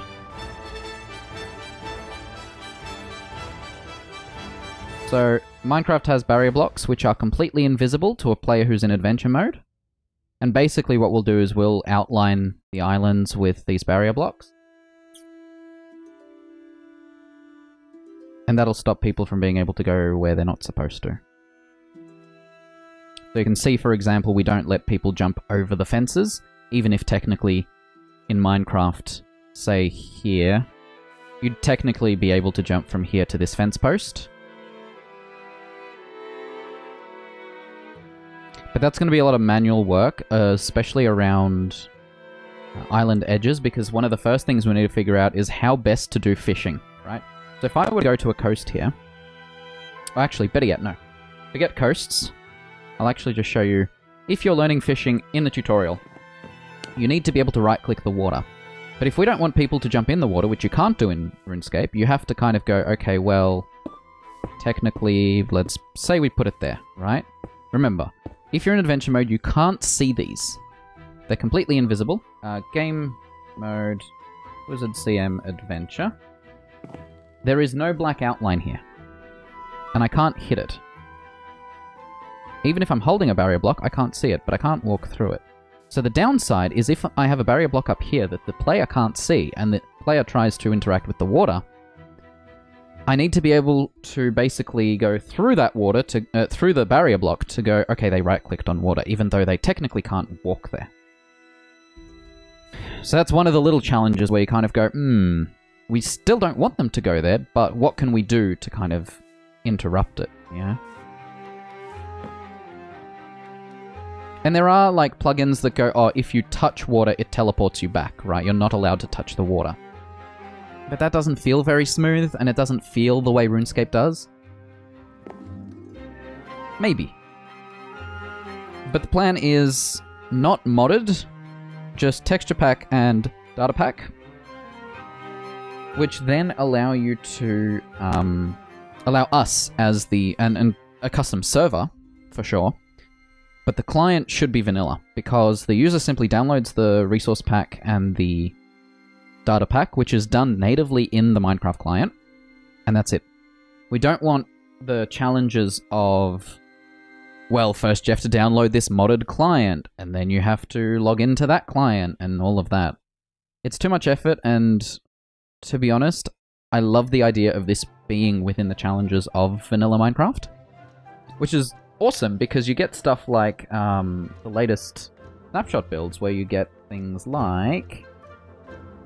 Where is it? Like campfires, right? Let me zoom in here.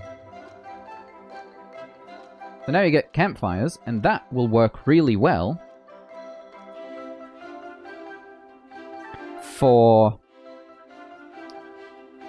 fire making, because in RuneScape fire making, you have to be able to right-click the fire, and guess what? There is no interact event for the vanilla normal fire. I fought that for a while. Eventually figured out, yep, nope, not possible. So we left it at that.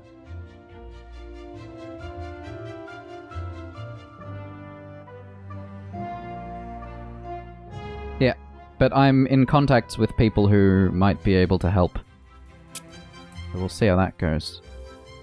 So this is our Asgarnian ice dungeon, fully outlined, full native height map, pulled from RuneScape, with this crazy slope here, right? So this goes from really low to really high up here.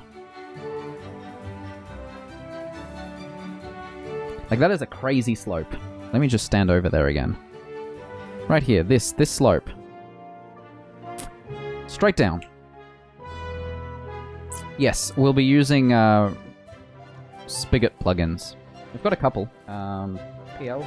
You guys can't see that. Right here. We currently have a few plugins installed, but we haven't actually developed any that are specifically skill related. So that's the next step. Because this Asgarnian Ice Dungeon is the final underground section that we need to build. Because if I pull up this map and go... Whoop, which one's underground? Your Cave 3D. Cool.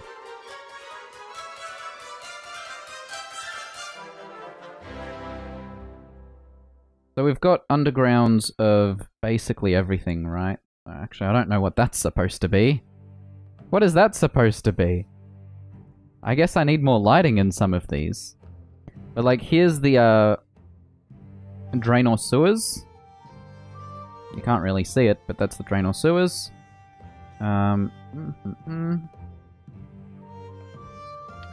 This is one of the... what's it called? This is the underground of the Champions Guild. So we have all of the undergrounds inserted, including... That's an inside of a building, that's not underground. Including all 3 levels of the Stronghold of Security. The only thing left, free-to-play-wise, is this. Yes, server plugins, resource pack, which gives us textures and models, and data pack, possibly, which would give us drops, but we might just do that with plugins. If you go to...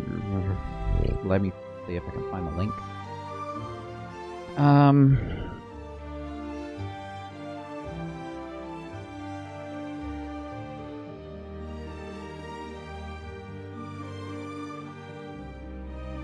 This is from 3 years ago, but it still holds up today into how we would want our drop system to work. And that is, it'll work very, very, very much like RuneScape. The fireplace I just showed, the fireplace, that is literally a... I can show you.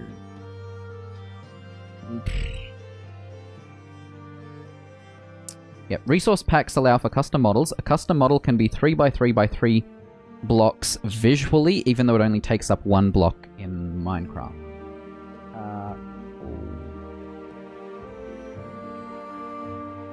Yeah, the campfire was a snapshot thing. The fireplace was a model of ours.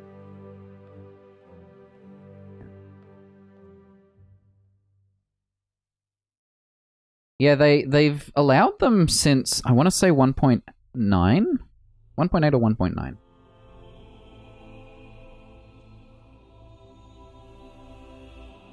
So here's Cubic Studio, made by the same guy who makes the Sphax texture pack.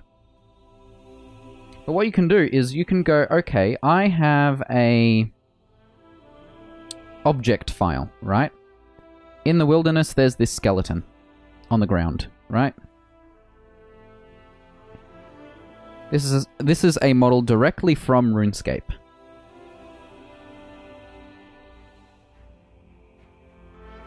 And what we can do is we can go, okay, well, let's... I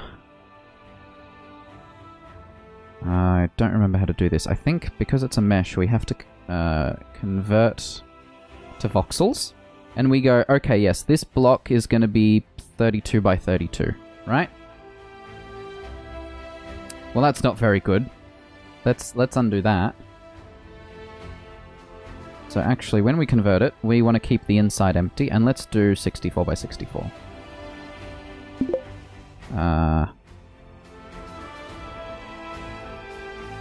Yes. So now we have that same skeleton from the RuneScape client, because we have the whole collection of models from it. And now we've turned it into a bunch of pixels. And then we can export that, and you'll notice, in this view, this is 3 wide and 3 tall. And the actual model is taking up a fair bit. And what we could end up doing is we could go, actually, you know what?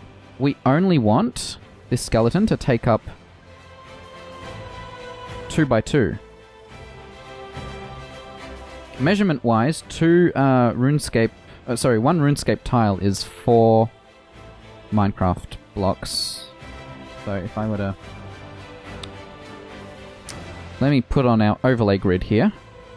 Actually, I don't know if it'll work here. Yes, it will. Cool.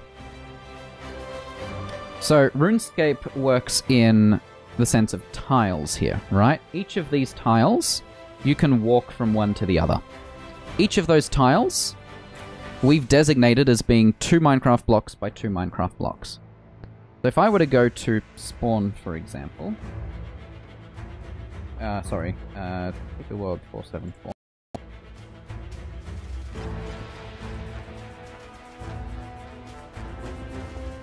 That was a good example.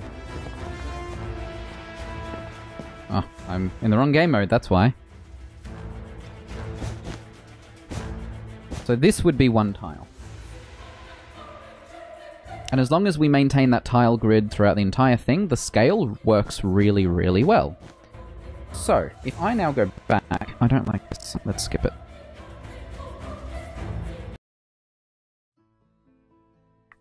So say we are down here, right?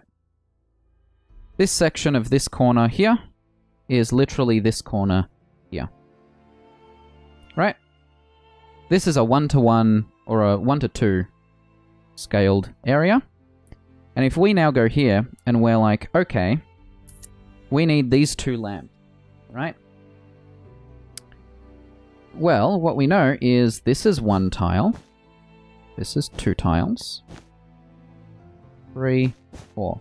So our lamp would have to go in the middle of here, somewhere.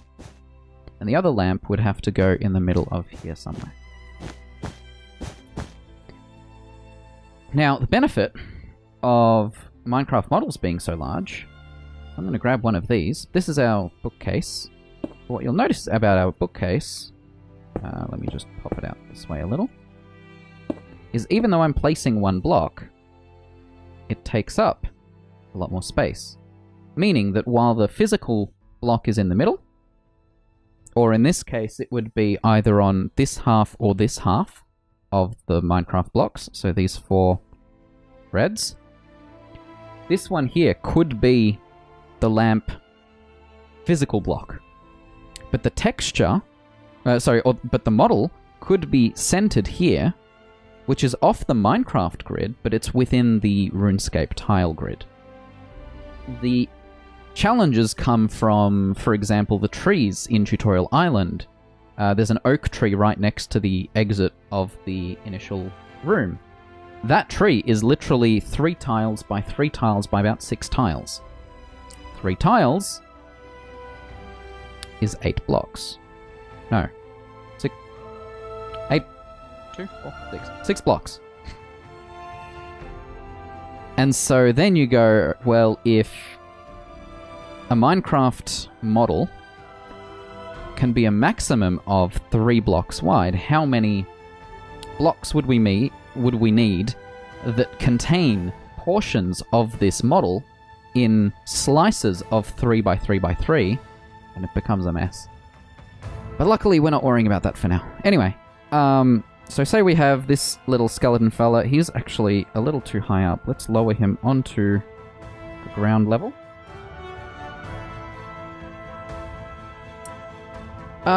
It's made in Java, yes, but the biggest reason why it doesn't help much is because the RuneScape private servers like this one, where we have been able to modify it to give us a tile grid kind of thing, is the biggest challenge being it was never open source. And so the code that you get from RuneScape, firstly, is deobfuscated. So the original code was encrypted, essentially. And so people had to turn it into something that they can read, and then name all the variables themselves. That's the first part. The second part is, while certain parts might be useful, we don't really care about the code for the client, which is this thing right here. We mostly care about the code for the server. Downside being, most of the RuneScape private servers don't contain any code for the skills.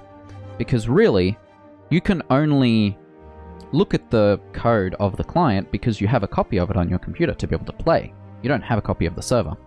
So there are people who have recreated the skills on RuneScape private servers, but they've had to do it themselves. Yes.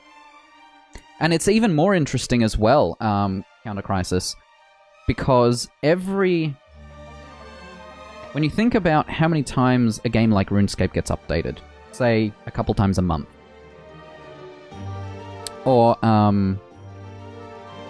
there was a version of RuneScape of this version of RuneScape number 317 from 2006, and then we're basing this on 474, which is late 2007.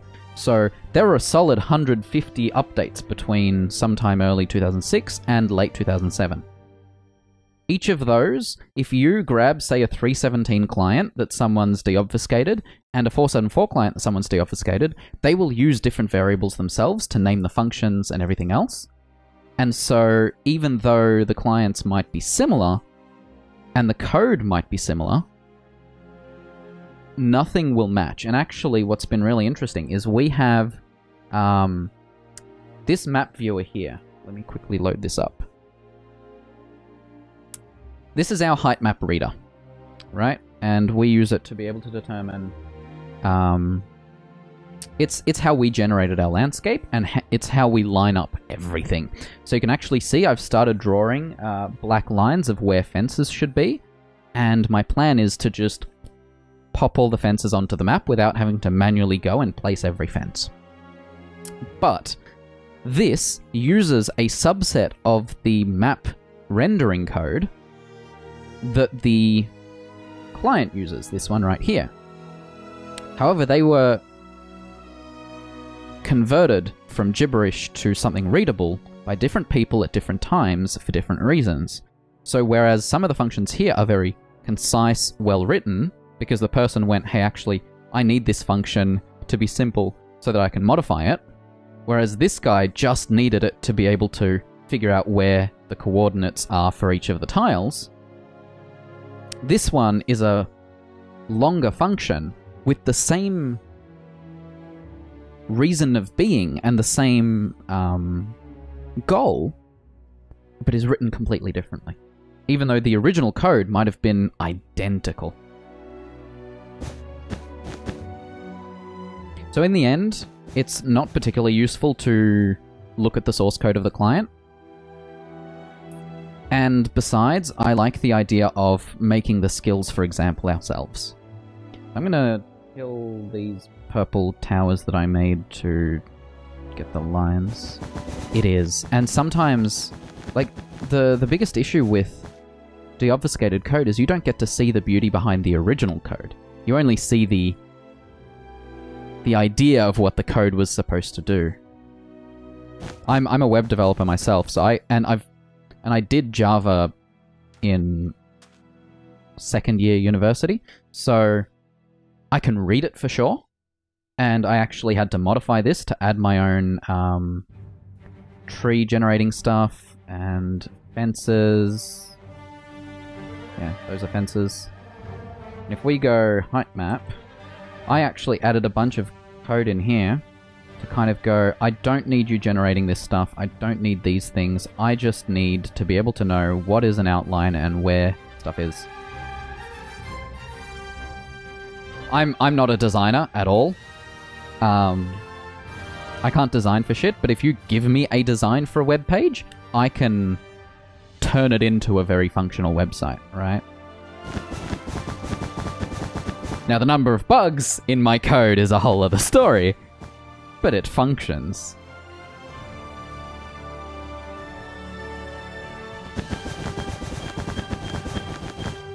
I could just use world edit to delete these, but habits are hard to break. At my previous job, the website we were working on was Spring-based. The server itself was running Java. These days, the pipeline I'm working with, I'm just making myself comfortable, is a mix.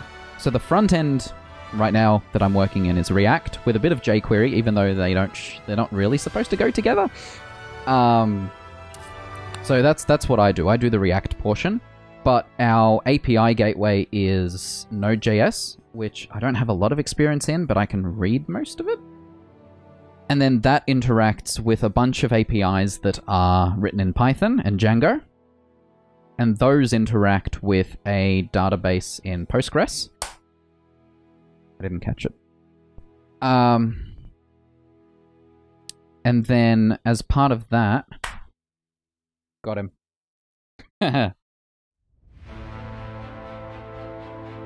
And then on top of that, there's another server written in Go that interacts with the database, or at least stores stuff in Postgres, and another database that we had that we don't really use as much in Influx. After spending a year and a half in React, I don't hate it, but I don't, and I can appreciate what it's trying to do in certain ways. My biggest concern with it is that you're writing HTML that's not really HTML, that gets transpiled to react.createElement functions anyway. And it's not pleasant. And there's weird stuff of passing variables from components to components that just is not fun. But it does the job. I played a bit with Angular 1 before that. And like, all of my websites are WordPress. I don't develop those anymore, they just kind of sit there static, because I don't have anything that needs to change on them.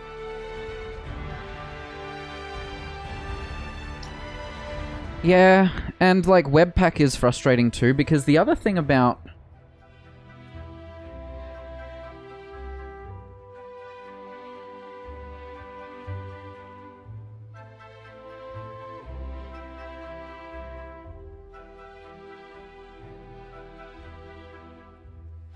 Oh geez, Dylan, what did you do?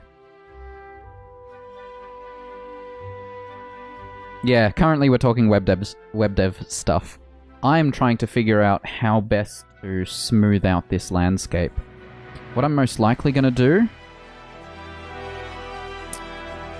is fill in these edges with sand. That'll be my first step. So let's do that while we're talking.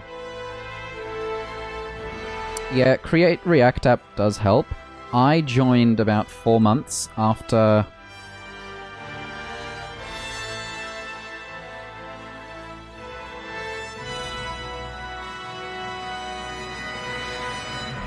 after the project I am at started. And the thing is, all the jobs at the time...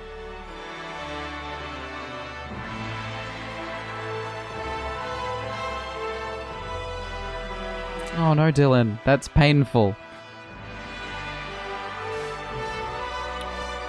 So I now know React, and there's so much stuff like with Webpack and trying to use CSS and JavaScript in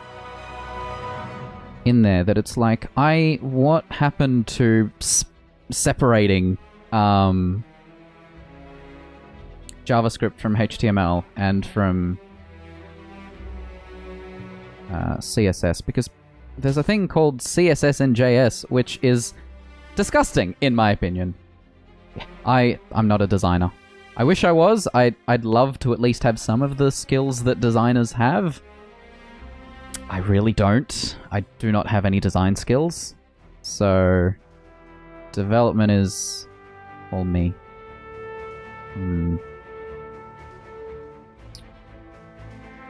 The level at which this landscape changes is dramatic.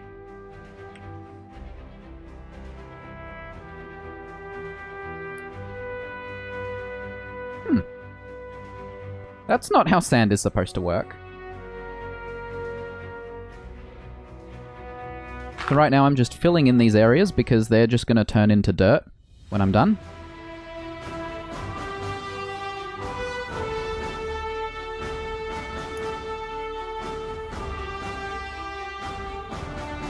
I'm filling in this area.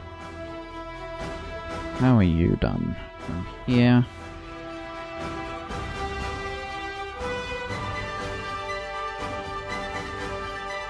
The biggest challenge is going to be this frickin' slope. Because the way I did, and I should be able to find them here. I think they're out here. Hang on. Fly speed 1. Apologies for the frame rate again. I think it was out this way. Yes. So, there are 3 levels to the Stronghold of Security. Here they are split up. 1, 2, and 3. 4? Okay, there are 4 levels to the Stronghold of Security. One of them has an entrance, the rest do not. Well, actually, technically, they go from one to the other to the other. So these are the 4 levels side by side. And then eventually I had to merge them into 4 pieces that go together. Then I have to paste that into the main Minecraft world. And so to be able to do that safely, I need at least the gaps filled in.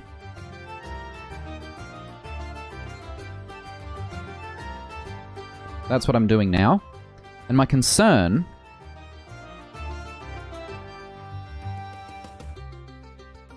is that when you climb down into the Asgarnian ice dungeon, you actually go down a ladder. That ladder, I think,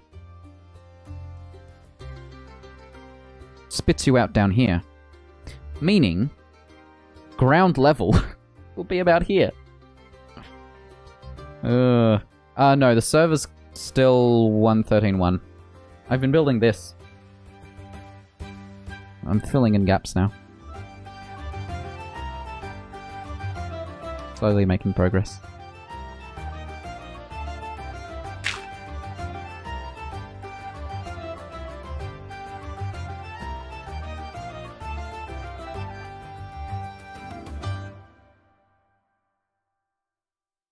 Uh-oh. How did that... Oh, I'm dumb.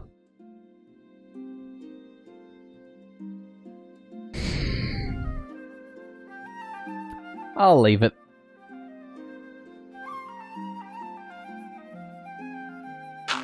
Oops. Oops is right. It'll be fine.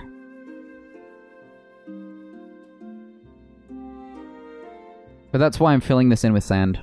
I'm gonna have to expand it out this way at least by 1. But yeah, pasting this in is gonna be interesting.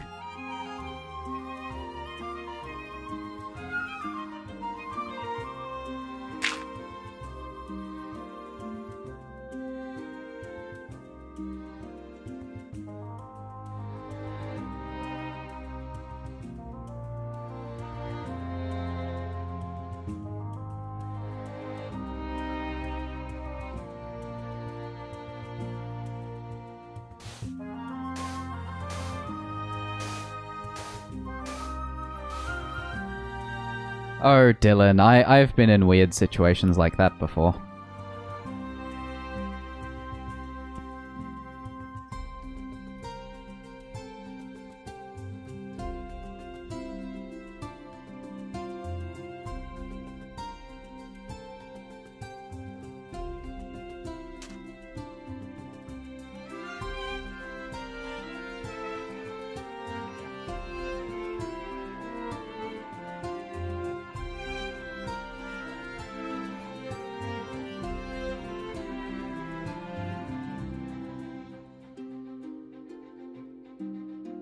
Now the concern is this height here.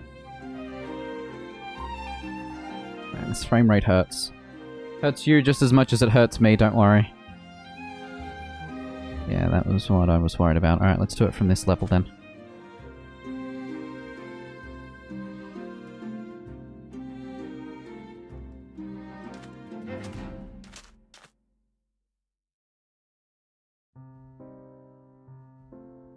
Good, good. We can fill this in here then. Dylan, no! Yes, it is. It's an issue I've had with Minecraft for a while. It doesn't happen in Overwatch.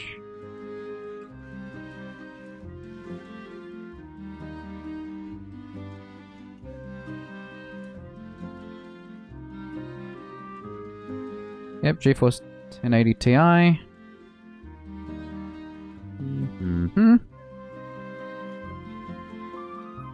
And you can see the frame rate goes from... that's 23. 16.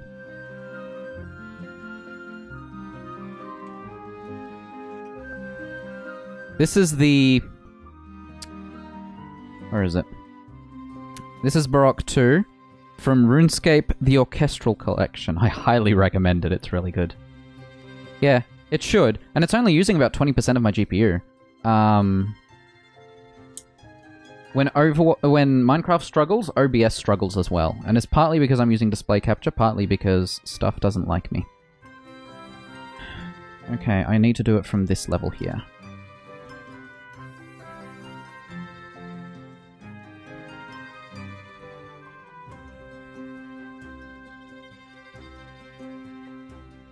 Looking good. Maybe from here. Hi, Tim. Yeah, Dylan, that's a possibility. RAM speed. For sure. So I'm guessing new NVENC would help. Because my RAM speed is 1300 megahertz.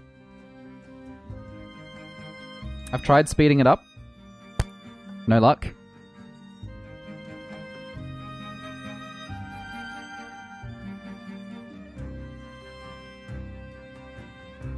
No, shouldn't be. I'm using all 4 slots. 2 different pairs of RAM is the main issue. 2 different speeds. Yeah. 92 for streaming and all the stuff I'm doing. Isn't too surprising. That was too high. I bet that went over somewhere.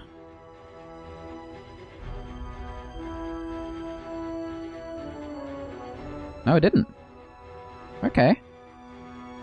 So if I do it on this side, I'm actually safe for the next, like, 4 levels. Audition doesn't actually use that much.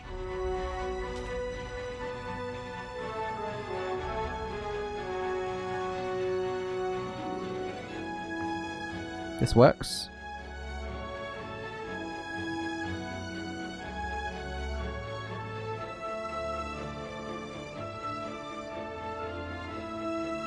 Oh, we can fill this in too. Wait, offline?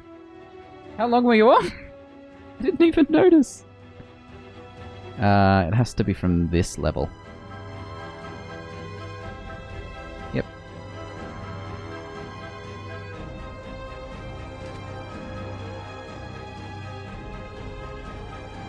I don't remember how that middle bit works. Actually, it's solid, isn't it?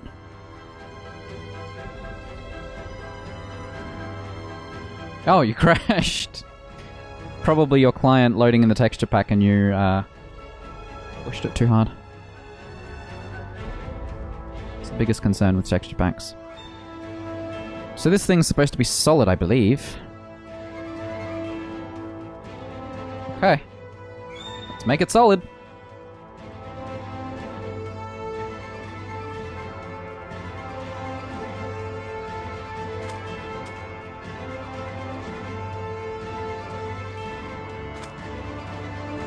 I can go one more.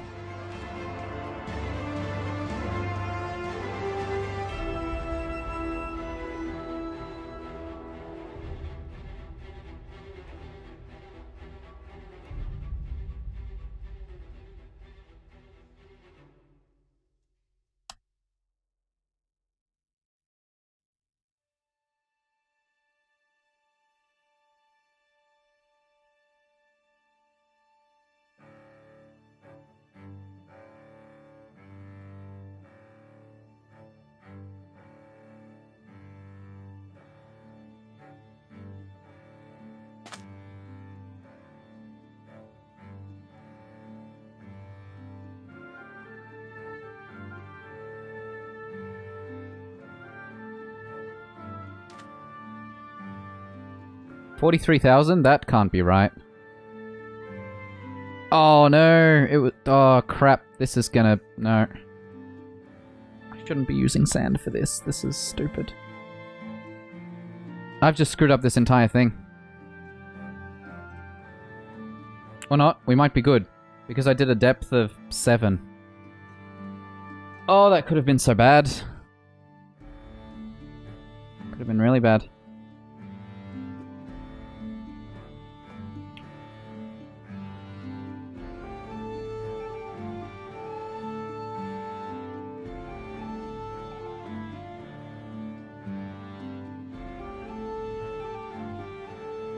I'll probably load this into a, another schematic and compare it anyway when I'm done. You are not a room that's accessible, so let's fill you in too.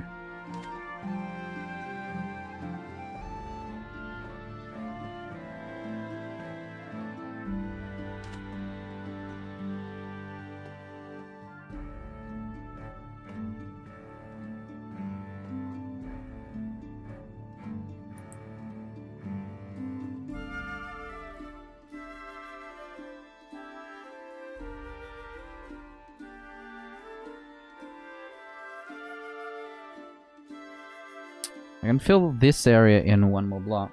Oh jeez. The frames! They hurt.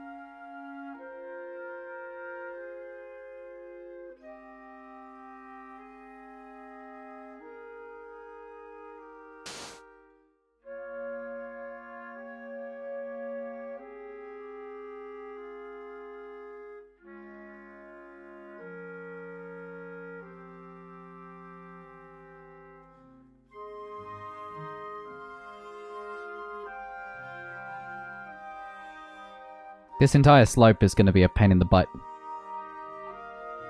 And then you have to wonder...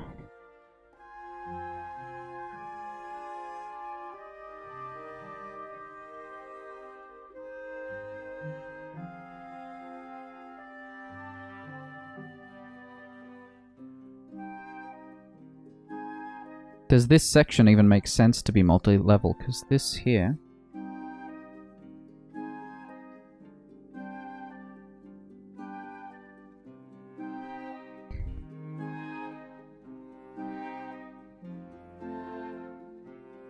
because technically this could all be flat.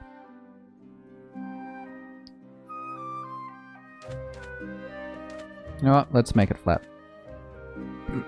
I unlocked new recipes, guys! I'm so good at this game!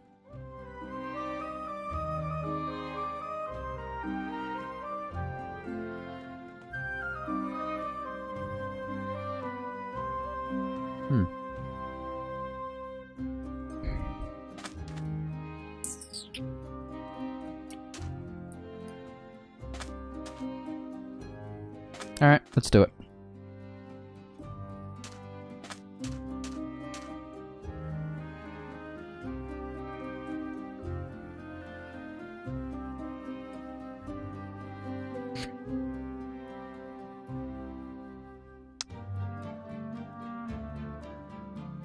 No comment, Dylan.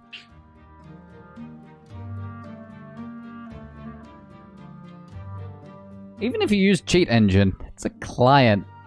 Won't affect your money on the server.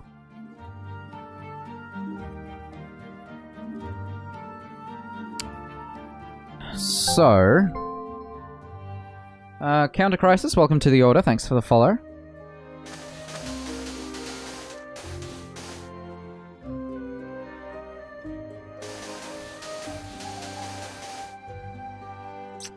Actually, you know what?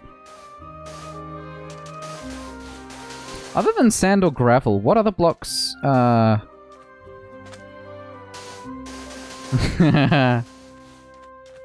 other blocks care about gravity? Is it just sand and gravel these days? Ah, red sand.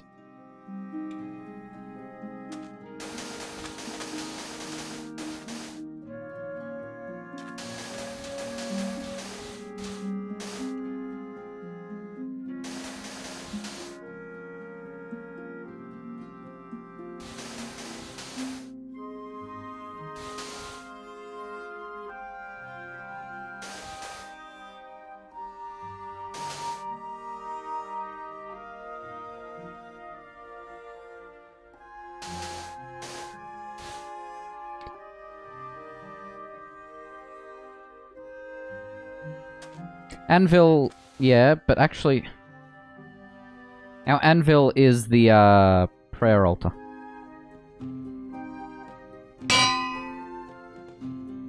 Do you like our prayer altar? It's actually tiny.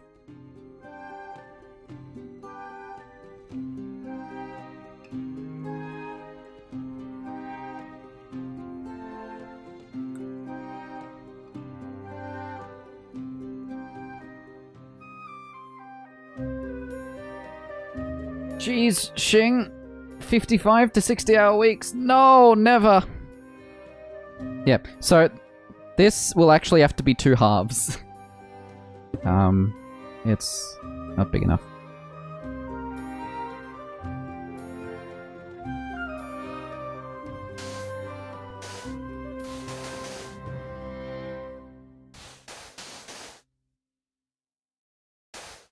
Ooh, hot wings. Are you gonna share? Or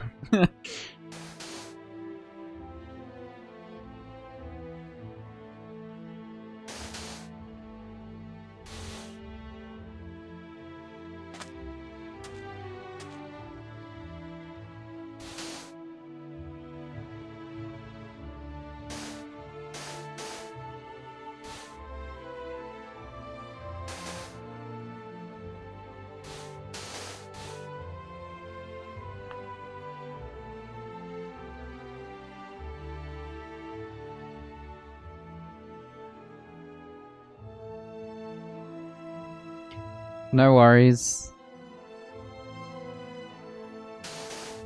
Enjoy your hot wings.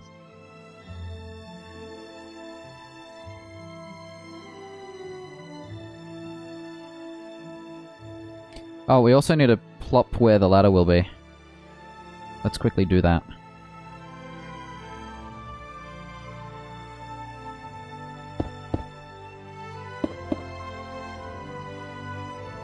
One, two, three, four. Cool. 1, 2, 3, 4. Yes. And it needs to be here. Oh, okay, let's not worry about the ladder for now.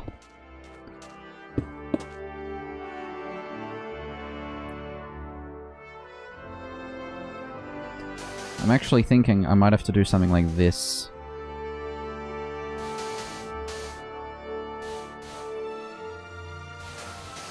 This is where you have to put in a few liberties, you know?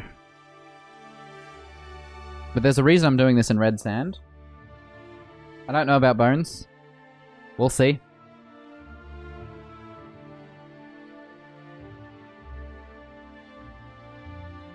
Oh, you've got build perms? Yeah. You're not supposed to have break perms.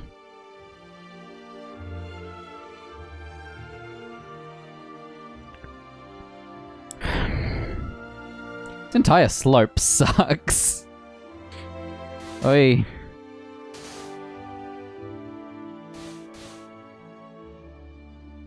Like, I don't care if they're gonna be bits that are...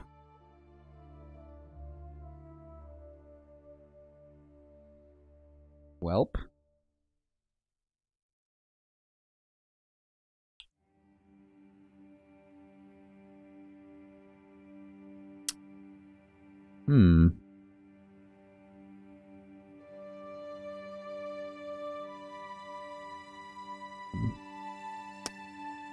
Yeah, you're not supposed to be able to do that.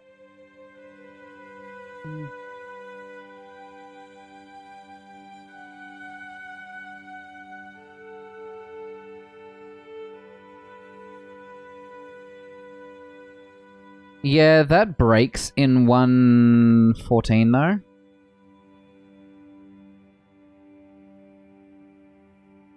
Not worth it.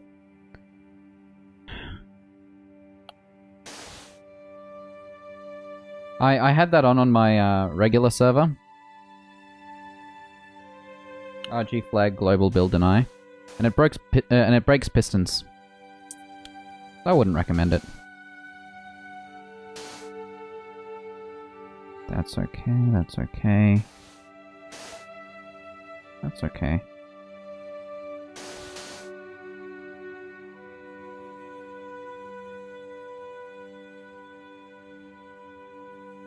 Oh no, Tim. Are all the ratings bad?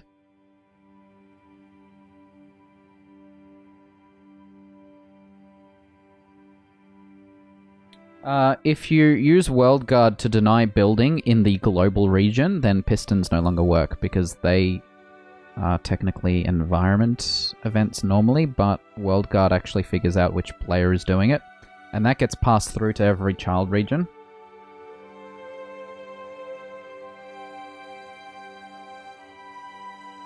Yeah, I'll add those later.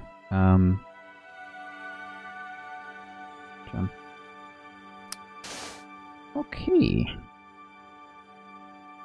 See, it's areas like this where I go, actually, I'll just break this and that fixes that section. This one I've got no idea what to do. Because, like, technically I could do that, but then I have to do this. And it's like, ah. But, like, this is gonna suck either way. Because of this layer right here. This layer right here breaks this entire flow.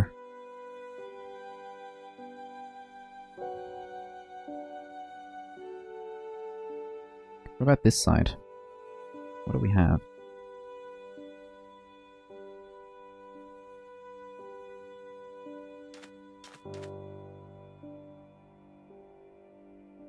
If I do this...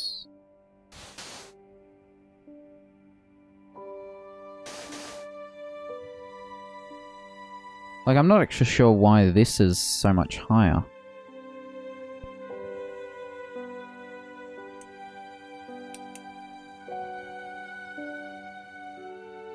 Yeah. All sorts of blocks that are on the ground are going to be tricky. Like these rocks here. Oh, okay. So this goes up and then back down. Right here.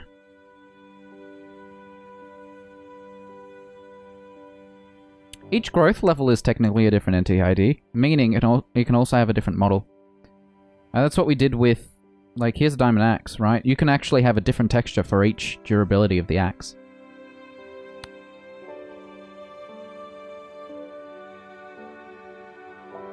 I don't think this slope is important enough to ruin usability.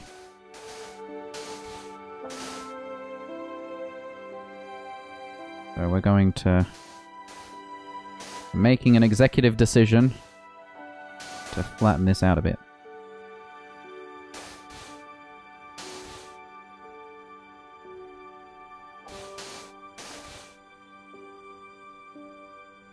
Because either way, this would suck to traverse as a player.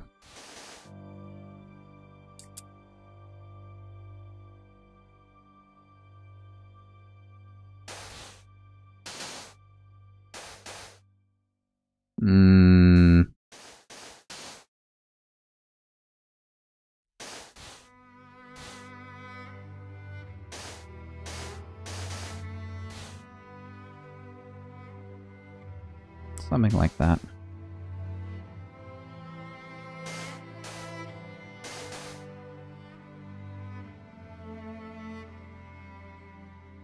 It's a little more playable.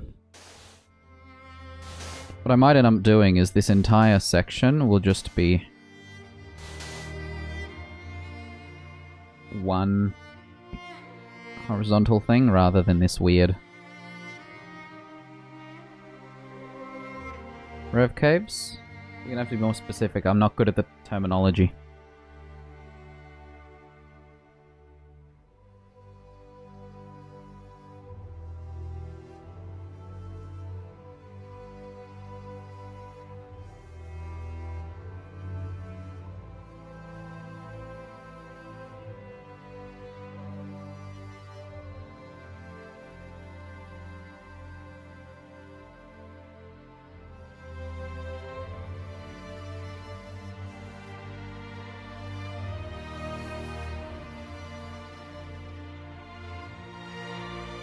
In the Wildy.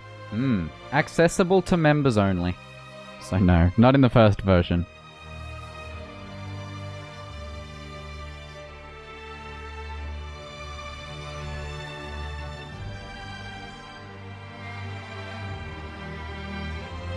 There's bound to be a height map for that as well. Actually, you know what we can do?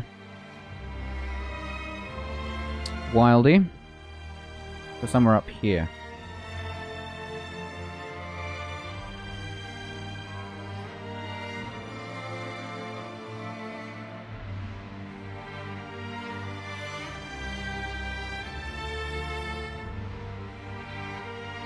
If not up here, then it might be up here.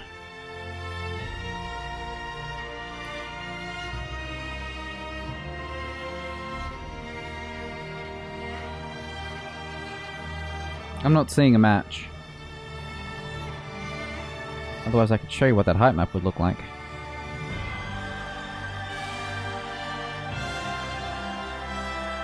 Were they around back then? Yeah. That's the old school wiki.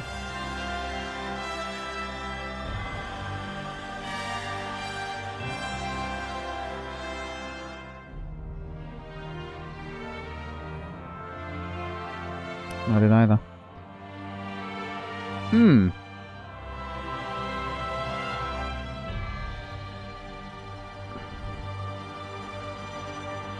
not a fan of this. Maybe like that. But yeah, I might flatten this entire thing going up this way. This bit's fine. Like, there are areas like this where I'm like, I don't need this here. Oh, you know what's been bugging me?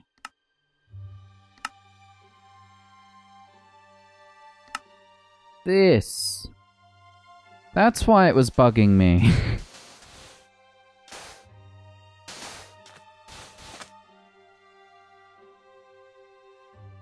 And weird holes like this one. Or weird bits like this.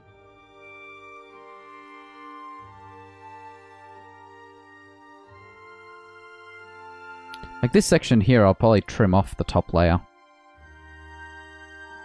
And fill in the bottom layer. Because it's too much. We're going for accuracy, but not... The biggest issue comes with... Yeah. I can understand why, Dylan. It's bonkers. Yeah, let's do that. Do that.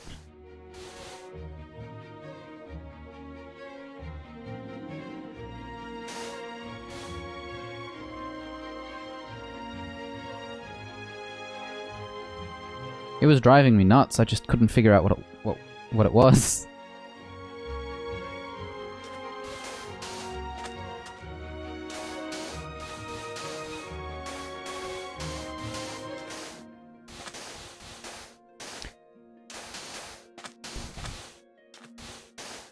So what you'll notice is, at least in terms of the height map in the underground sections, it's more of a guide. Like, it helps significantly, but...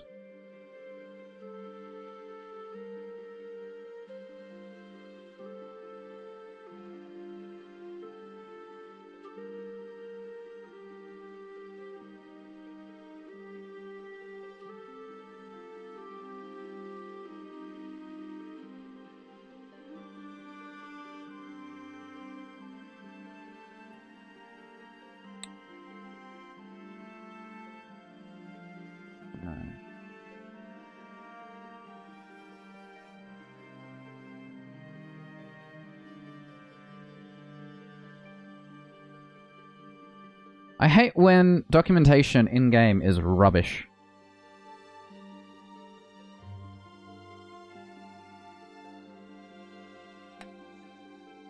Like, you make a plugin designed to be used in a game. Make the game understand your commands. So it's group, add perm, and then... Okay, so I did have it right. Group, add perm.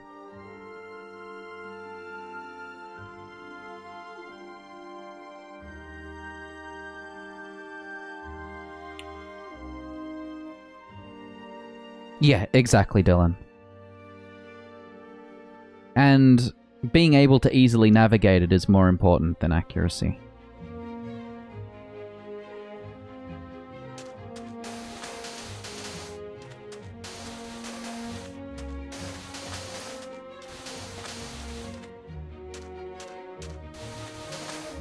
But I might finish up here soon. This frame rate's killing me.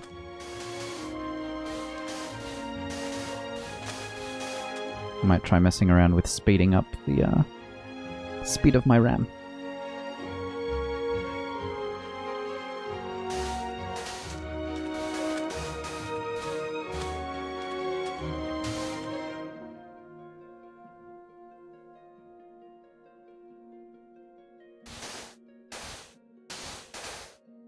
See if it helps, you know?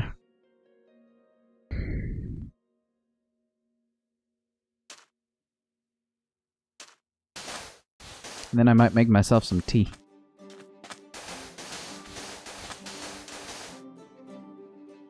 Ah.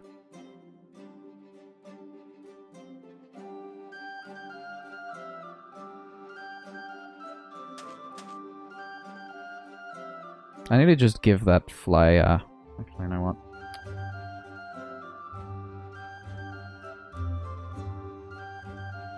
Yeah, I did the outline for the hut.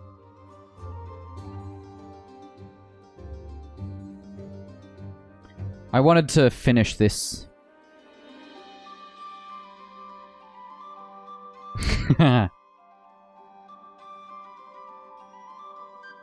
Fly. Okay, it's just our commands.fly. Sweet!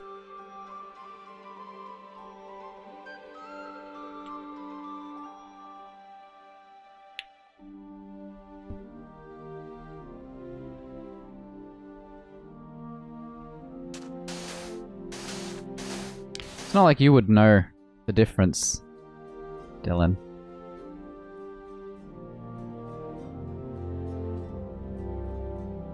Now, there's also the case of this being a tunnel between here and here.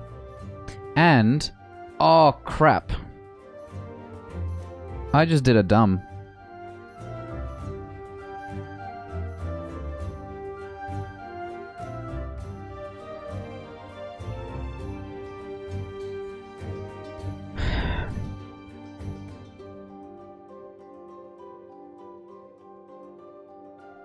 Oh, sure you have. I don't believe you.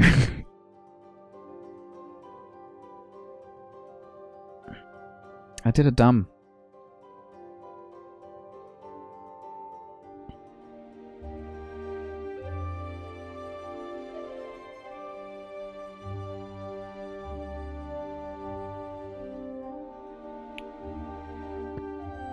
There's a staircase right here.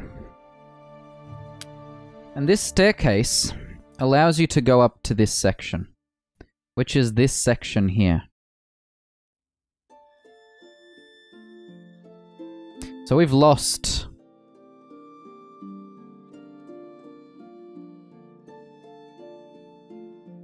we've lost all of this.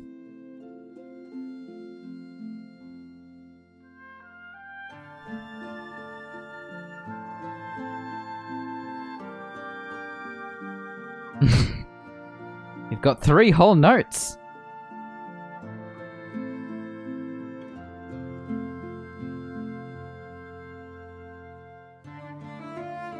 I completely forgot the Asgarnian Ice Dungeon had a second level.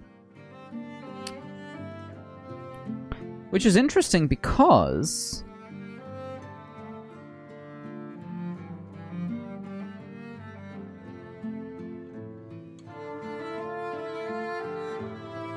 it's not visible on this. Which is why I did the dumb.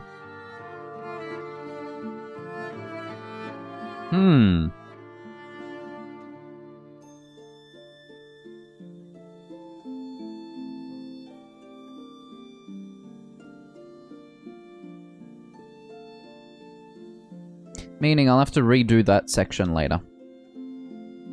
I'm not going to concern myself with it now because, as far as I can tell, there's nothing interesting up here.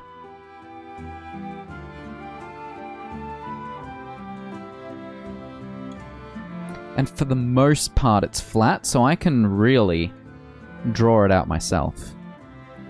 But that then begs the question, if you can stand up here and look down there, where the hell is the ceiling?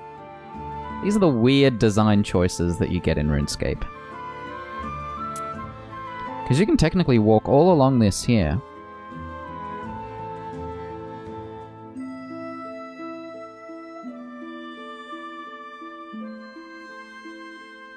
Hi, Curdle Stuff. How you doing?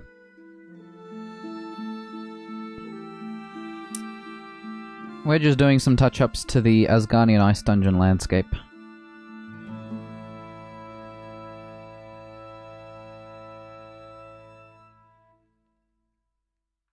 Hope your day's going well, though. So actually, that explains why it makes such a big jump after this point. Because...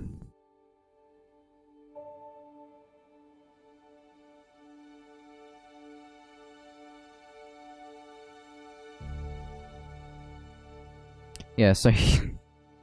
man, this slope is weird.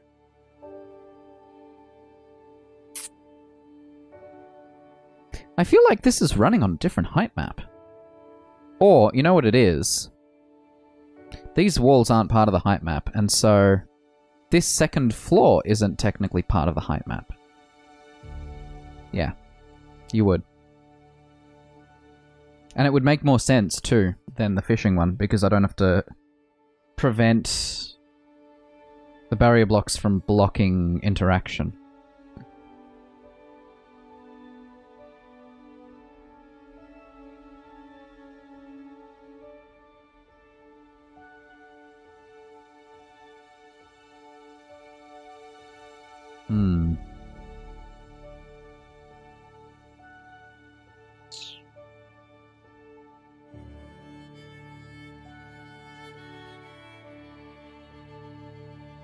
It's gonna have to extend out pretty far this way.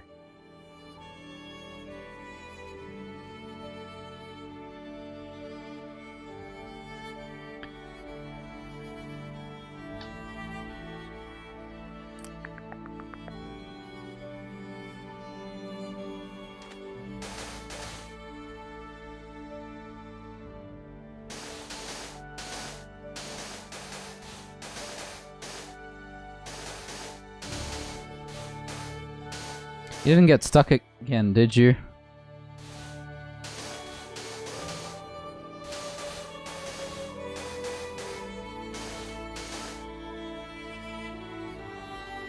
Okay, good.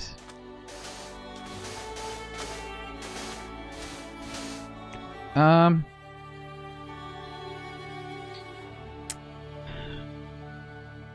don't think we have a warp for Karanja. No. Tut Island, Lumbridge, Alcarad, Falador, Berthorpe, Varrock, Essence Mine, Draenor, Port Sarim, and Remington.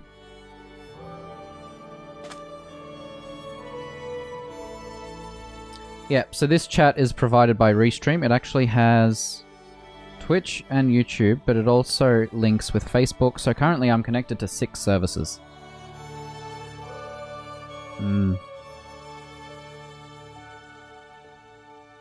Yeah. When we do like a open world exploration available for randoms, it'll just be on a separate server that doesn't have build permissions. And just has default fly and stuff like that. No plugins, one world. That kind of thing. And Mixer, yeah. And Facebook. No, not that I know of. Are they free to play as well? Did I miss one?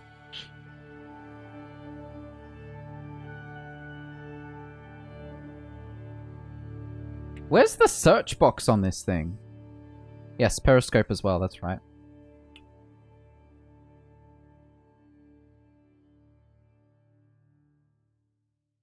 Biology, language, religion.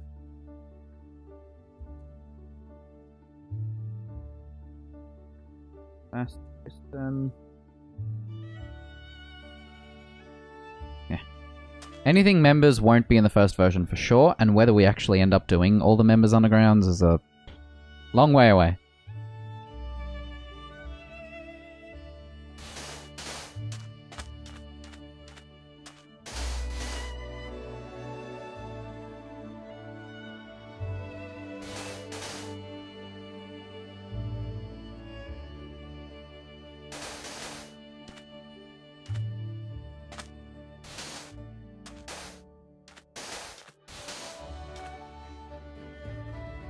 No idea.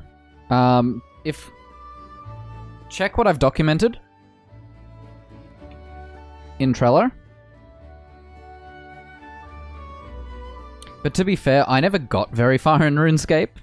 So if there's any documentation missing on how it works in RuneScape, feel free to fill in the blanks.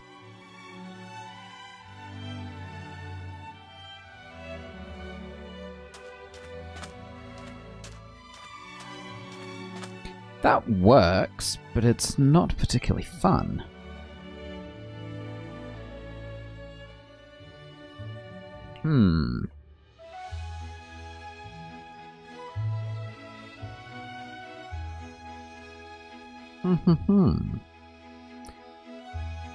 What I might do, at least, is break that up.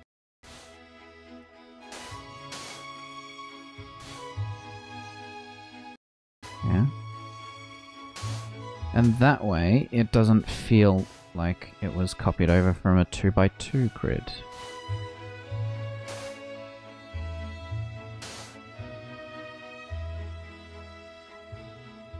What? What happened? The game froze on me.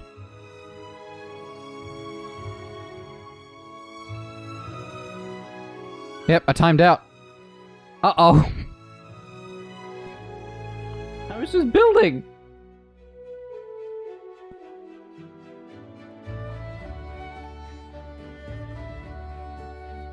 Existing connection was forcibly closed by the remote host.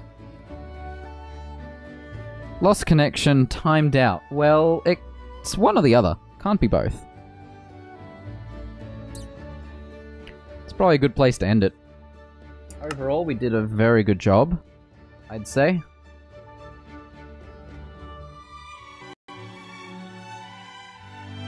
I'm just gonna...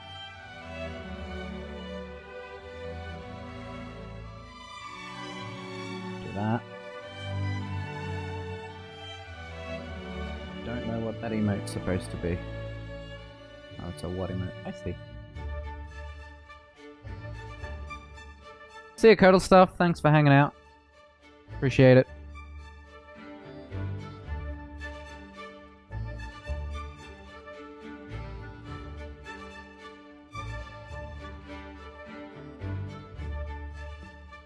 I call this a success overall. Welcome back, Counter Crisis.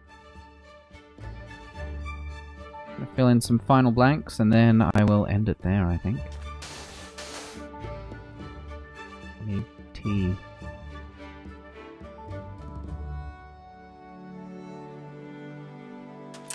Pretty much, Tim.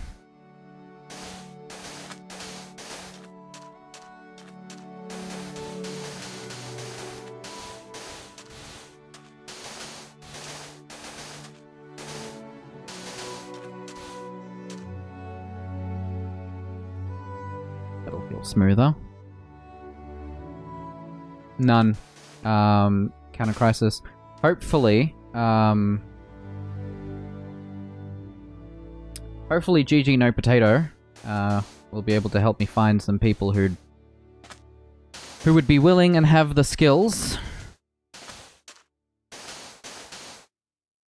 to start implementing at least the way we'll do it is we'll do the initial skills based on what's available on Tutorial Island, and we'll start at the lower levels, right? If a skill changes in the higher levels, based on, for example, what creatures you catch or interact with, whatever it might be, then we won't have to do that in our initial run. It'll just be, okay, here are the basics of each of the skills. So say the first 20, 30 levels of each of the free-to-play skills. Yeah, GG No Potato, that's going to be the interesting thing, because one of the things I really wanted to do was to have like a baseline core plugin or a core class that we could reference from every skill. The leveling, the...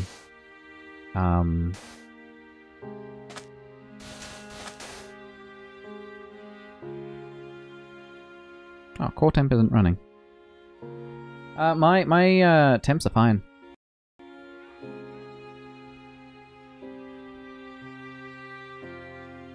Yeah, the mobs for each level are going to be really interesting. One thing that we could experiment with is different armor.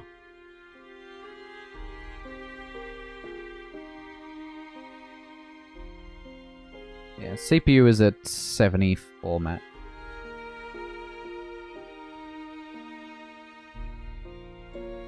Yeah, absolutely Counter Crisis, and that's the challenge. But in my opinion, the only thing that the core thing would need to do is some sort of interaction at each level up, where we can go, okay,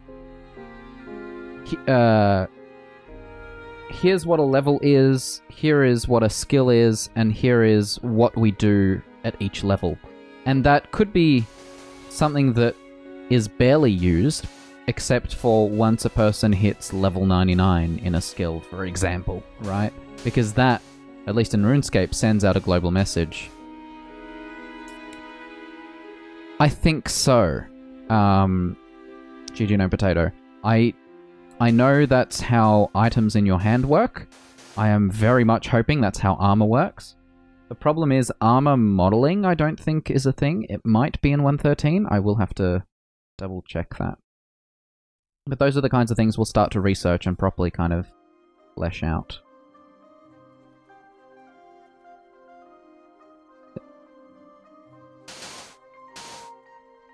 $74?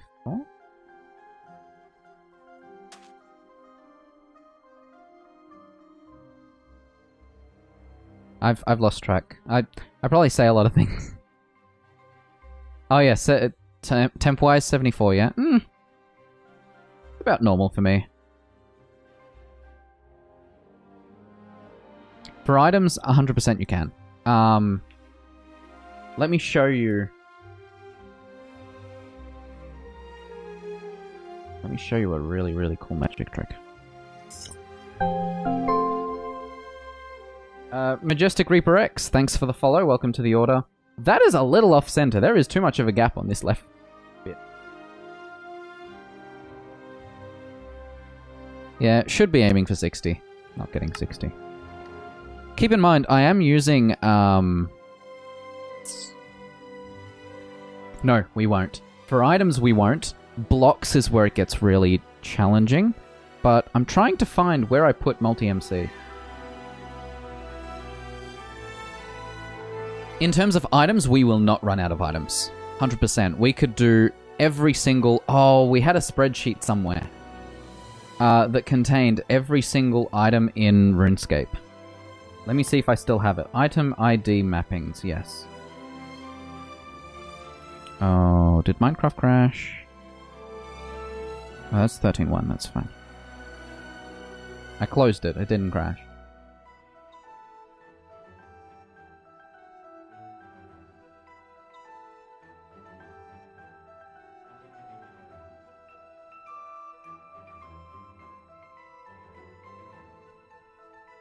Oh no, it did crash.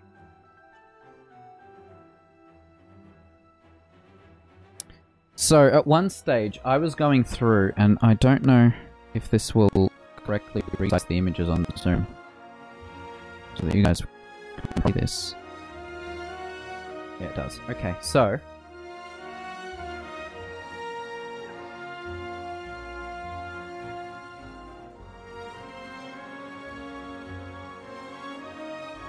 I categorized all the items in old school RuneScape.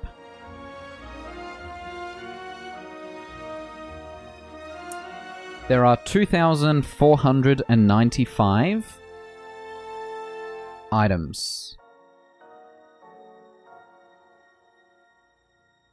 Or 2,050? And we trimmed off about 445 duplicates. That's what happened.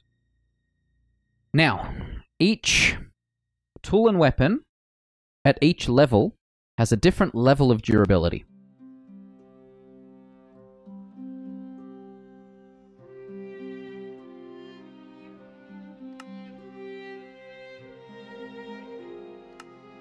Which one of these is my actual server, and why is it... That's localhost. Of course it can't connect. Why can't it resolve WMA?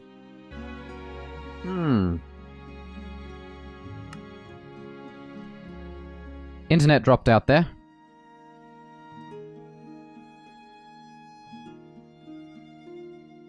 But I tried connecting to my server.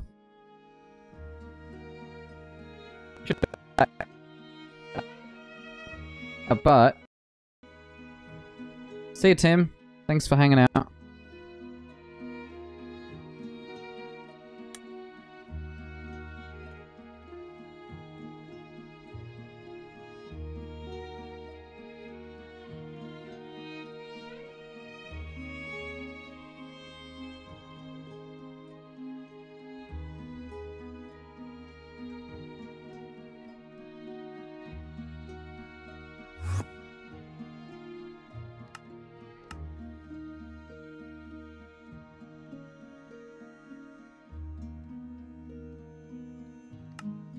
I don't even know if this will work.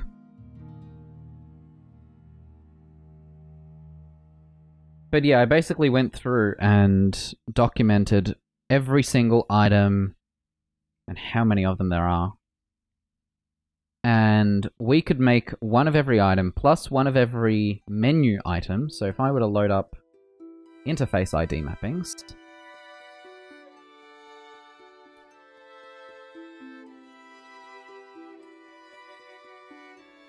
which is where I started mapping each of the skills, each of the spells.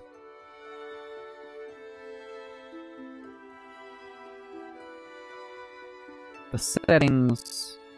Did I actually do the settings? No, I didn't do the settings. And prayer. And I was able to figure out exactly how many items we'd need for all these. Well, armor. And clan chats. Including JX moderator and channel. And there you go, the control panel.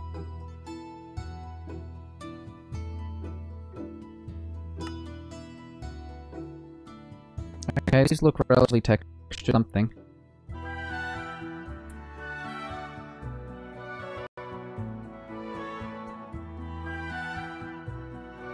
Okay.